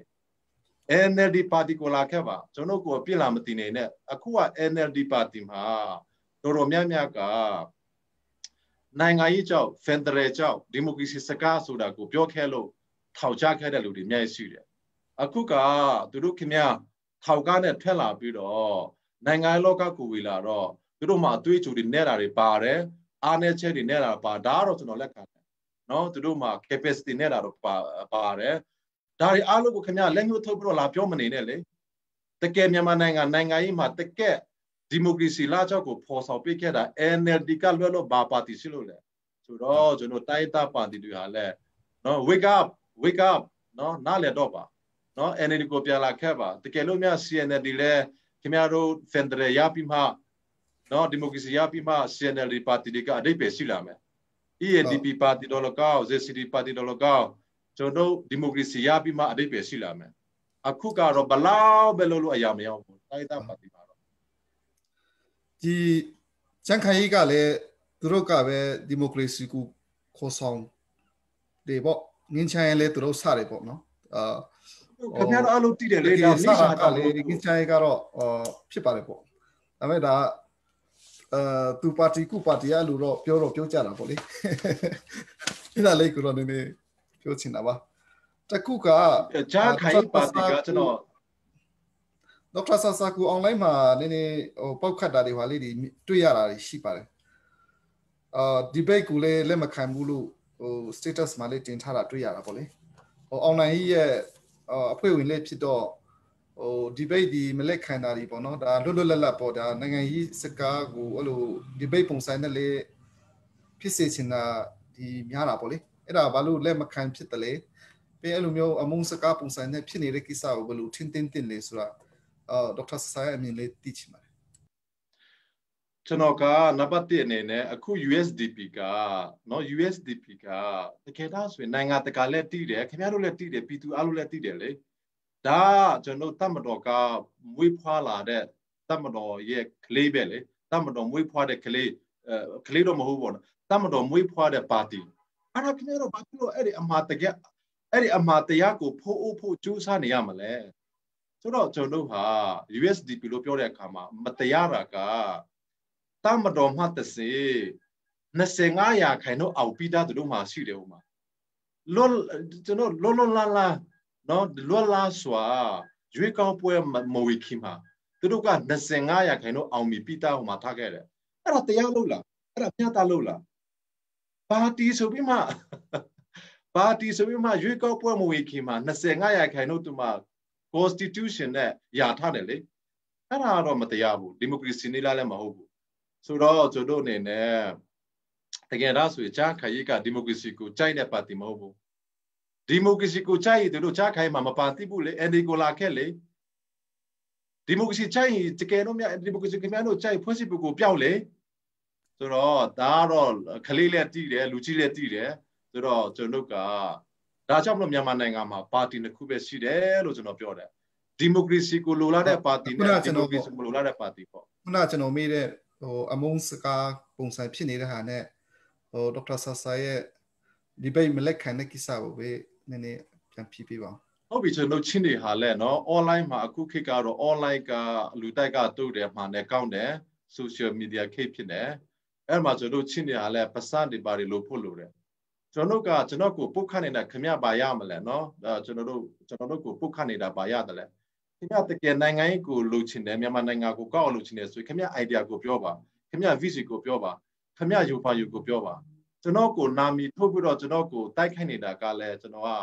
လူဖြစ်နေကျွန်တော်လည်းမကြိုက်ဘူးဒါပေမဲ့လည်းကျွန်တော်ခုလွန်တယ်အားလုံးကိုကျွန်တော်ဆူတောက်ပေးတယ်ကျွန်တော်ကိုအဲ့လိုတိုက်ခိုက်တဲ့လူတွေဆူတောက်ပေးတယ်တနေ့ကျရင်သူတို့လည်းနားလည်လာပြီးတော့မလုပ်အောင်ပေါ့လေဆိုတော့ကျွန်တော်အနေနဲ့နိုင်ငံရေးလုပ်တယ်ဆိုတာကတခြားပါတီကိုတိုက်ခိုက်တာမဟုတ်ပါဘူးနိုင်ငံရေးလုပ်တယ်ဆိုတာကသူတယောက်ကိုတိုက်ခိုက်တာမဟုတ်ပါဘူးနိုင်ငံရေးလုပ်တယ်ဆိုတာကခင်ဗျအနာဂတ်ကိုဘာမြင်တယ်လဲအနာဂတ်ကိုဘာဖြစ်စေချင်တယ်လဲကျွန်တော်ကဒီမိုကရေစီကိုမြင်ချင်တယ်ကျွန်တော်က Federal ကိုမြင်ချင်တယ်ကျွန်တော်ကချစ်ပြည်နယ်ကတုတ်တက်တော့ပြည်နယ်ဖြစ်နိုင်ကိုမြင်ချင်တယ်ကျွန်တော်ကချစ်ပြည်နယ်ကိုမြန်မာနိုင်ငံတစ်ခုလို့ဝါဆောင်မှုပြီးကျမ်းမာရေးဝါဆောင်မှုပြီးတဲ့ပြည်နယ်လို့မြင်ချင်တယ်ချစ်ပြည်နယ်ဒီမြန်မာနိုင်ငံတစ်ခုလို့အတွက်ပညာရေးဝါဆောင်မှုကျမ်းမာရေးဝါဆောင်မှုစီးပွားရေးဝါဆောင်မှုကိုပြီးတဲ့ပြည်နယ်လို့မြင်ချင်တယ်အဲ့ဒါပြောတာဘာမှလို့လဲကျွန်တော်အဲ့ဒါပြောလို့ဘာပြီးရှိလို့လဲဒါဆိုကျွန်တော်ကိုပို့ကိုနဲ့လာတိုက်ခိုက်နေတာပါနေပြီဆိုတော့ဟုတ်ပြီ debate ကျွန်တော်တွေ့တယ်တချို့ debate တွေကတော့ comment တွေပါတွေကကျန်းတယ်เนาะချင်းပြည်နယ်ကအခုတထုတဖြစ်လေအဲ့လိုကိုကစိတ်ထဲမှာပေါ်လာတော့ကိုသူတို့ရေးချလိုက်တယ်အဲ့ဒါကအမင်္ဂလာဖြစ်နေဆိုတော့ကျွန်တော်ပြောချင်တာကတော့အဲ့လိုအမင်္ဂလာဖြစ်နေတဲ့ချင်းလောကမှာနိုင်ငံရေးလောကမှာအမင်္ဂလာမဖြစ်အောင်ကျွန်တော်ကဟုတ်ပြီ debate ကကျွန်တော်ဆရာမချယ်ရီဇာဟော်လဲကျွန်တော်ရဲ့မိတ်ဆွေတယောက်ပဲကျွန်တော်သူ့ကိုလေးစားတယ်သူကတကယ်နိုင်ငံရေးလောကမှာတော့၎င်းလူခွေးမှာတော့၎င်းချစ်ပင်တဲ့အတွက်တော်တော်များများလုပ်ပေးခဲ့တာကျွန်တော်ဒီမှပြုတယ်သူကဥရောပတိုင်းမှာရှိတဲ့เนาะဒီနိုင်ငံကြီးတွေရဲ့သူရဲ့လူခွေးမှာလုပ်တဲ့ဥစ္စာတွေကိုလည်းသူစုတော်ရခဲ့တယ်လေချစ်ပင်မှာကျွန်တော်အမျိုးသမီးမှာဆရာမချယ်ရီဇာဟော်တို့လိုအမျိုးသမီးတွေအများကြီးရှိတဲ့เนาะဆရာမချယ်ရီဇာဟော်တို့လိုhuman rights activity အများကြီးပေါ်လာတဲ့ကျွန်တော်ဒါတကက်ကိုယူတယ်လေးစားတယ်ကျွန်တော်နဲ့သူနဲ့ပါဆာနဲ့လုံးဝကျွန်တော်ဘာမှပြဿနာမရှိဘူးเนาะဒါပေမဲ့လည်းကျွန်တော်တို့ပြောတဲ့စကားတွေသူပြောတဲ့စကားတွေကိုအသုံးချပြီးတော့ social media မှာ hate speech personal attack spreading ဖြစ်မှာကိုကျွန်တော်သိထားလို့ဖိပိတာရှိခဲ့လို့ကျွန်တော်ကပြောချင်တာဖြစ်တယ်ဆိုတော့ကျွန်တော်အနေနဲ့ရှေ့ပြည်နယ်မှာအမျိုးသမီးတွေဟာလဲเนาะဆရာမချယ်ရီဇာဟောင်လို့များရှိတဲ့တယ်เนาะသူလည်းများပြောတဲ့တယ်ဒီနေ့လည်းခင်ဗျားတို့သူ့ကို interview လုပ်မယ်လေဆိုတော့သူပြောတဲ့စကားကိုသူပေးဖက်ကလည်းပြောချင်တော့ဒီမှာပြောလိုက်ပေါ့ဒါပေမဲ့ကျွန်တော် interview နဲ့ debate ကအခုတခုပြောရရင်လည်းကျွန်တော်အနေနဲ့ကျွန်တော်ဒီအောင်နိုင်ရေးတက်မှာပြောတဲ့သူပဲဖြစ်နေကျွန်တော်ဒီဖြစ်နိုင်တော့ ဖြစ်စေချင်တော့ debate ဆိုတာကနော်နိုင်ငံတော်အတိုင်ပင်ခံနဲ့ဒီဘက်ကနော်ကျွန်တော် NLD ခေါင်းဆောင်ကြီးနဲ့ဟိုဘက်ကတခြားပါတီရဲ့ခေါင်းဆောင်ကြီးက debate ကိုလုပ်တင်တယ်ပြောချင်တာလေနော်သူတို့ chip နဲ့မှာလုပ်ချင်ဥနုထာကမ်နဲ့ဥငိုင်ဆာတို့ကဥမာဥဆိုပွေးနဲ့နော်ဥအဲ့လိုလုပ်တင်တယ်သူတို့လုပ်ချင်ပေါ့လေဆိုတော့ကျွန်တော်တို့ဥရှာမချရေစာဟောင်းနဲ့ကျွန်တော်နဲ့လုပ်နေတာကတကယ်သားဆိုရင်နော်ကောင်းတာထက်ကိုဟိုဘက်ကနိုင်ငံရေးလို့ပြောတဲ့အခါမှာအဆွဲရောက်တဲ့နိုင်ငံရေးတွေလည်းအများကြီးရှိတယ်ဆိုတော့နိုင်ငံရေးမှာအဆွဲရောက်တဲ့လူတွေများမှာကျွန်တော်တို့ကအခုအမျိုးသားရေးတော်လကောင်းဘာတော်လကောင်းကျွန်တော်တို့ကအဆွဲမရောက်ဖို့လို့တယ်အခု ISIS တို့ကျွန်တော်ကဘာကျော်နေတဲ့ Al-Qaeda တို့ဒါတို့အလုပ်ကိုကြည့်မယ်ဆိုရင်သူတို့နိုင်ငံရေးလောကမှာအဆွဲရောက်တယ်သူတို့ရဲ့နိုင်ငံရေးခံယူချက်ကတော့သူတို့နိုင်ငံကိုမွတ်စလင်နိုင်ငံလို့ခိုင်းမယ်အဲ့ဒါမှာဆာရီယာလော့တို့မှာဒါအလုပ်ဟာလည်းနိုင်ငံရေးမှာအဆွဲရောက်တဲ့အဖွဲ့တွေဖြစ်နေဆိုတော့ကျွန်တော်အနေနဲ့လည်းနိုင်ငံရေးကိုလို့တဲ့အခါမှာအဆွဲမရောက်ဖို့လို့တော့ပါတီနိုင်ငံရေးတော်လည်းကောင်းတယောက်နဲ့တယောက်လေးစားရမယ် with due respect ကျွန်တော်ဥနုထာကကိုလေးစားတယ်ကျွန်တော်ဥငိုင်စားကိုလေးစားတယ်ထုံနည်းလည်းကောင်းပဲတစ်ဖက်ကလည်းကျွန်တော်ကိုလေးစားဖို့ကျွန်တော်ဒါလည်း due respect ဖို့ကျွန်တော်ကအဲ့လိုပြောနေတာပါဒါကြောင့်မလို့ debate ကသူကမပြောချင်ဘူးဒါမဟုတ်ဘူးကျွန်တော်ပြောချင်တယ်လေကျွန်တော်ပြောချင်တော့အခုကပြောနေတယ်လေကျွန်တော်အတွက် debate လို့ဘာမှမခက်ပါဘူးကျွန်တော်ဘယ်နေရာမဆိုကျွန်တော်တို့ကမျက်သားသားနဲ့ဒီလို online မဟုတ်ပဲနဲ့အခါတခါထဲမှာအမေရိကသမ္မတဒေါ်နယ်ထရမ့်နဲ့ဒီဘက်ကသမ္မတလောင်းနော်ဒီမိုကရက်ဘက်ကဘိုင်ဒန်လို့တလို့ကျွန်တော်မျက်သားသားနဲ့ဒီဘက်ကလည်းကျွန်တော်ထောက်ခါသူတွေလာခဲ့ဒီဘက်ကကျွန်တော်ထောက်ခါသူတွေလာခဲ့အဲ့လိုမျက်သားသားနဲ့လုပ်ရကောင်းတယ်အဲ့ဒါလည်းပိုကောင်းတယ်ဆိုတော့အခုက online လည်းဖြစ်နေ online မှာကတော့ဆရာနဲ့ကျွန်တော်ကမျက်နှာပြတွေ့နေဆိုတော့ဒါတွေအားလုံးဟာလည်းကြည့်ရရင်ချင်းလူထုအတွက်စိတ်အနှောက်အယှက်များပိုဖြစ်ပွားမှာဆိုလို့ကျွန်တော်မလို့ဖြစ်နေကျေးဇူးတင်ပါတယ်ကျွန်တော်ဆွေးနွေးတာလေးကြာလာပြီဆိုတော့နောက်ဆုံးအနေနဲ့ခုနပြောတဲ့ team မှာပေါ့နော်ဟိုမိကြံတဲ့ဟာလေးဒီရှင်းပေါ့ပြင်ဖြစ်ဆိုပြီးတော့ပြောချင်တဲ့ဟာလေးဒီဟိုမိဆွေချင်တဲ့ဟာလေးဒီရှင်းတယ်နောက်ဆုံးအနေနဲ့ပြောပေးစေချင်တယ်ဒီမိုကရေစီကိုရချင် NLD ဖက်ကိုလာပါဖက်ဒရယ်ကိုရချင် NLD ဖက်ကိုလာပါကျွန်တော်တို့ NLD ပါတီရဲ့32နှစ်လှုပ်ရှားမှုကြောင့်ရွေးကောက်ပွဲဖြစ်လာတယ် NLD ပါတီရဲ့32နှစ်နိုင်ငံရေးလှုပ်ရှားမှုကြောင့်အခုကျွန်တော်တို့ဖွဲ့စည်းပုံချေကောက်ပရိဟာလဲသူတို့လှုပ်ချင်ဖြစ်စေမလှုပ်ချင်ဖြစ်စေလှုပ်လာတယ်ထုံနည်း၎င်းပဲ NLD ရဲ့လှုပ်ရှားမှုကြောင့်အခုနိုင်ငံရေးအသစ်ဖွင့်နေဖြစ်တဲ့ရွေးကောက်ပွဲတွေလွှတ်တော်တွေကပေါ်လာတယ်ဒါမလိုတော့သိပါဘူးကျွန်တော်တို့အနာဂတ်မှာအများကြီးတွားဖို့ရှိတယ်ဖက်ဒရယ်ပြည်ထောင်စုမရမချင်းပြည်သူပြည်သားတွေရဲ့အခွင့်အရေးမရှိဘူးဖက်ဒရယ်ဒီမိုကရေစီမရမချင်းကျွန်တော်တို့အမျိုးသားရေးကအကောင့်ထဲပေါ်လို့မရဘူးဒါကြောင့်မလို့ဖက်ဒရယ်ကိုချစ်ပါဒီမိုကရေစီကိုချစ်ပါဒီနိုင်ငံရေးလောကမှာဒီမိုကရေစီ aspiration federal aspiration နဲ့ပါပြီးတော့အတူတကွလက်တွဲပြီးတော့တယောက်တစ်ပေါက်မဟုတ်တော့ပဲနဲ့အခုနကျွန်တော်ပြောသလိုပါတီနှစ်ခုပဲရှိတယ်ဒီမိုကရေစီကိုကြိုက်တော့ပါတီနဲ့ဒီမိုကရေစီကိုမကြိုက်တော့ပါတီဖက်ဒရယ်ကိုကြိုက်တော့ပါတီနဲ့ဖက်ဒရယ်ကိုမကြိုက်တော့ပါတီဖွဲ့စည်းပုံခြေခါဥပဒေကိုနိုင်ငံတကာစာချေစာနှုန်းဒီမိုကရေစီစာချေစာနှုန်းနဲ့လှုပ်ချင်တဲ့ပါတီနဲ့ဖွဲ့စည်းပုံခြေခါဥပဒေကိုဒီမိုကရေစီစာချေစာနှုန်းနဲ့လည်းမငြိနိုင်ငံတကာစာချေစာနှုန်းနဲ့လည်းမငြိဖက်ဒရယ်မူနဲ့လည်းမငြိတဲ့ဖွဲ့စည်းပုံကိုကာကွယ်နေတဲ့ပါတီအဲ့ဒီပါတီနှစ်ခုကိုကြည့်ပြီးတော့ရွေးကောက်ပွဲကိုဝေပါလို့ကျွန်တော်ပြောလို့ပါတယ်ရွေးကောက်ပွဲဝေတဲ့အခါမှာဒီနိုဝင်ဘာလ10ရက်နေ့မှာချင်းပြည်သူပြည်သားအလို့ဟာလည်းရွေးကောက်ပွဲကိုတွားကြတော့မှာဖြစ်ပါတယ်ကျေးဇူးပြုပြီးတော့ချင်းပြည်သူပြည်သားအလို့ဟာလည်းဒီတစ်ခါတော့ NLD ကိုပဲတရားမှာတရား vote ပေးပါ NLD ကိုမဲပေးပြီးမှကျွန်တော်တမဒနဲ့စကားပြောလို့ရမယ် NLD တမဒပဲတက်လာမယ်ခင်ဗျားသိတယ်ကျွန်တော်လည်းသိတယ် NLD ပြည်ထောင်စုဝကြီးပဲတက်လာမယ်ကျွန်တော်သိတယ်ခင်ဗျားလည်းသိတယ်နော် NLD ဝကြီးချုပ်ပဲဖြစ်လာမယ် NLD ဝကြီးပဲဖြစ်လာမယ်ဒါကြောင့်မလို့ဝကြီးဖြစ်လာမဲ့ပါတီကိုမဲပေးပါဝကြီးချုပ်ဖြစ်လာမဲ့ပါတီကိုမဲပေးပါတမဒဖြစ်လာမဲ့ပါတီကိုမဲပေးပါပြည်ထောင်စုအစိုးရကိုဖွဲ့လာမဲ့ NLD ပါတီကိုမဲပေးပါပြည်နယ်အစိုးရနဲ့တိုင်းအစိုးရအားလုံးကိုဖွဲ့လာမဲ့ NLD ပါတီကို vote ပေးပါအဲ့လို vote ပေးမှာပဲကျွန်တော်တို့ချစ်ပြည်နယ်တွေကလူလားတောက်တနေတဲ့ဒီမိုကရေစီတော်၎င်းဖက်ဒရယ်ကို၎င်းဖွံ့ဖြိုးရေးတော်၎င်း တခါ vote ပေးတာနဲ့တုတ်ခုရတဲ့စနစ်ကိုသွားပါလို့ဒါမှမဟုတ်ပဲနဲ့ခင်ဗျပါတီ data ဆွဲပါတီလူမျိုးဆွဲပါတီကိုပဲမဲ့ပေးနေရင်သူကလွှတ်တော်မှာလာထိုင်လဲလွှတ်တော်မှာသူကတယောက်တည်းပဲအထီးကျနေမှာငါနဲ့တွေ့တဲ့ဒီလွှတ်တော်ကိုစတဲ့ကပါမလို့ရမှာမဟုတ်ဘူးဒါကြောင့်မလို့အဲ့လိုဖြစ်နေမဲ့အစားအတိတ်ပဲရှိနော်လက်တွေ့စာနဲ့နိုင်ငံရေးဖက်ကိုလာပါလက်တွေ့စာဖို့ကတော့ချင်းပြည်သူပြည်သားအလုံးဟာလဲ NLD မှာတရားပါမှလက်တွေ့စာနဲ့လို့ဒါကြောင့်မလို့ချင်းပြည်သူပြည်သားအလုံးလဲကျွန်တော်ပြောနေတဲ့ဥစ္စာဒီမိတာနဲ့ပြောနေတာပါနော်အားလို့လာခဲ့ပါ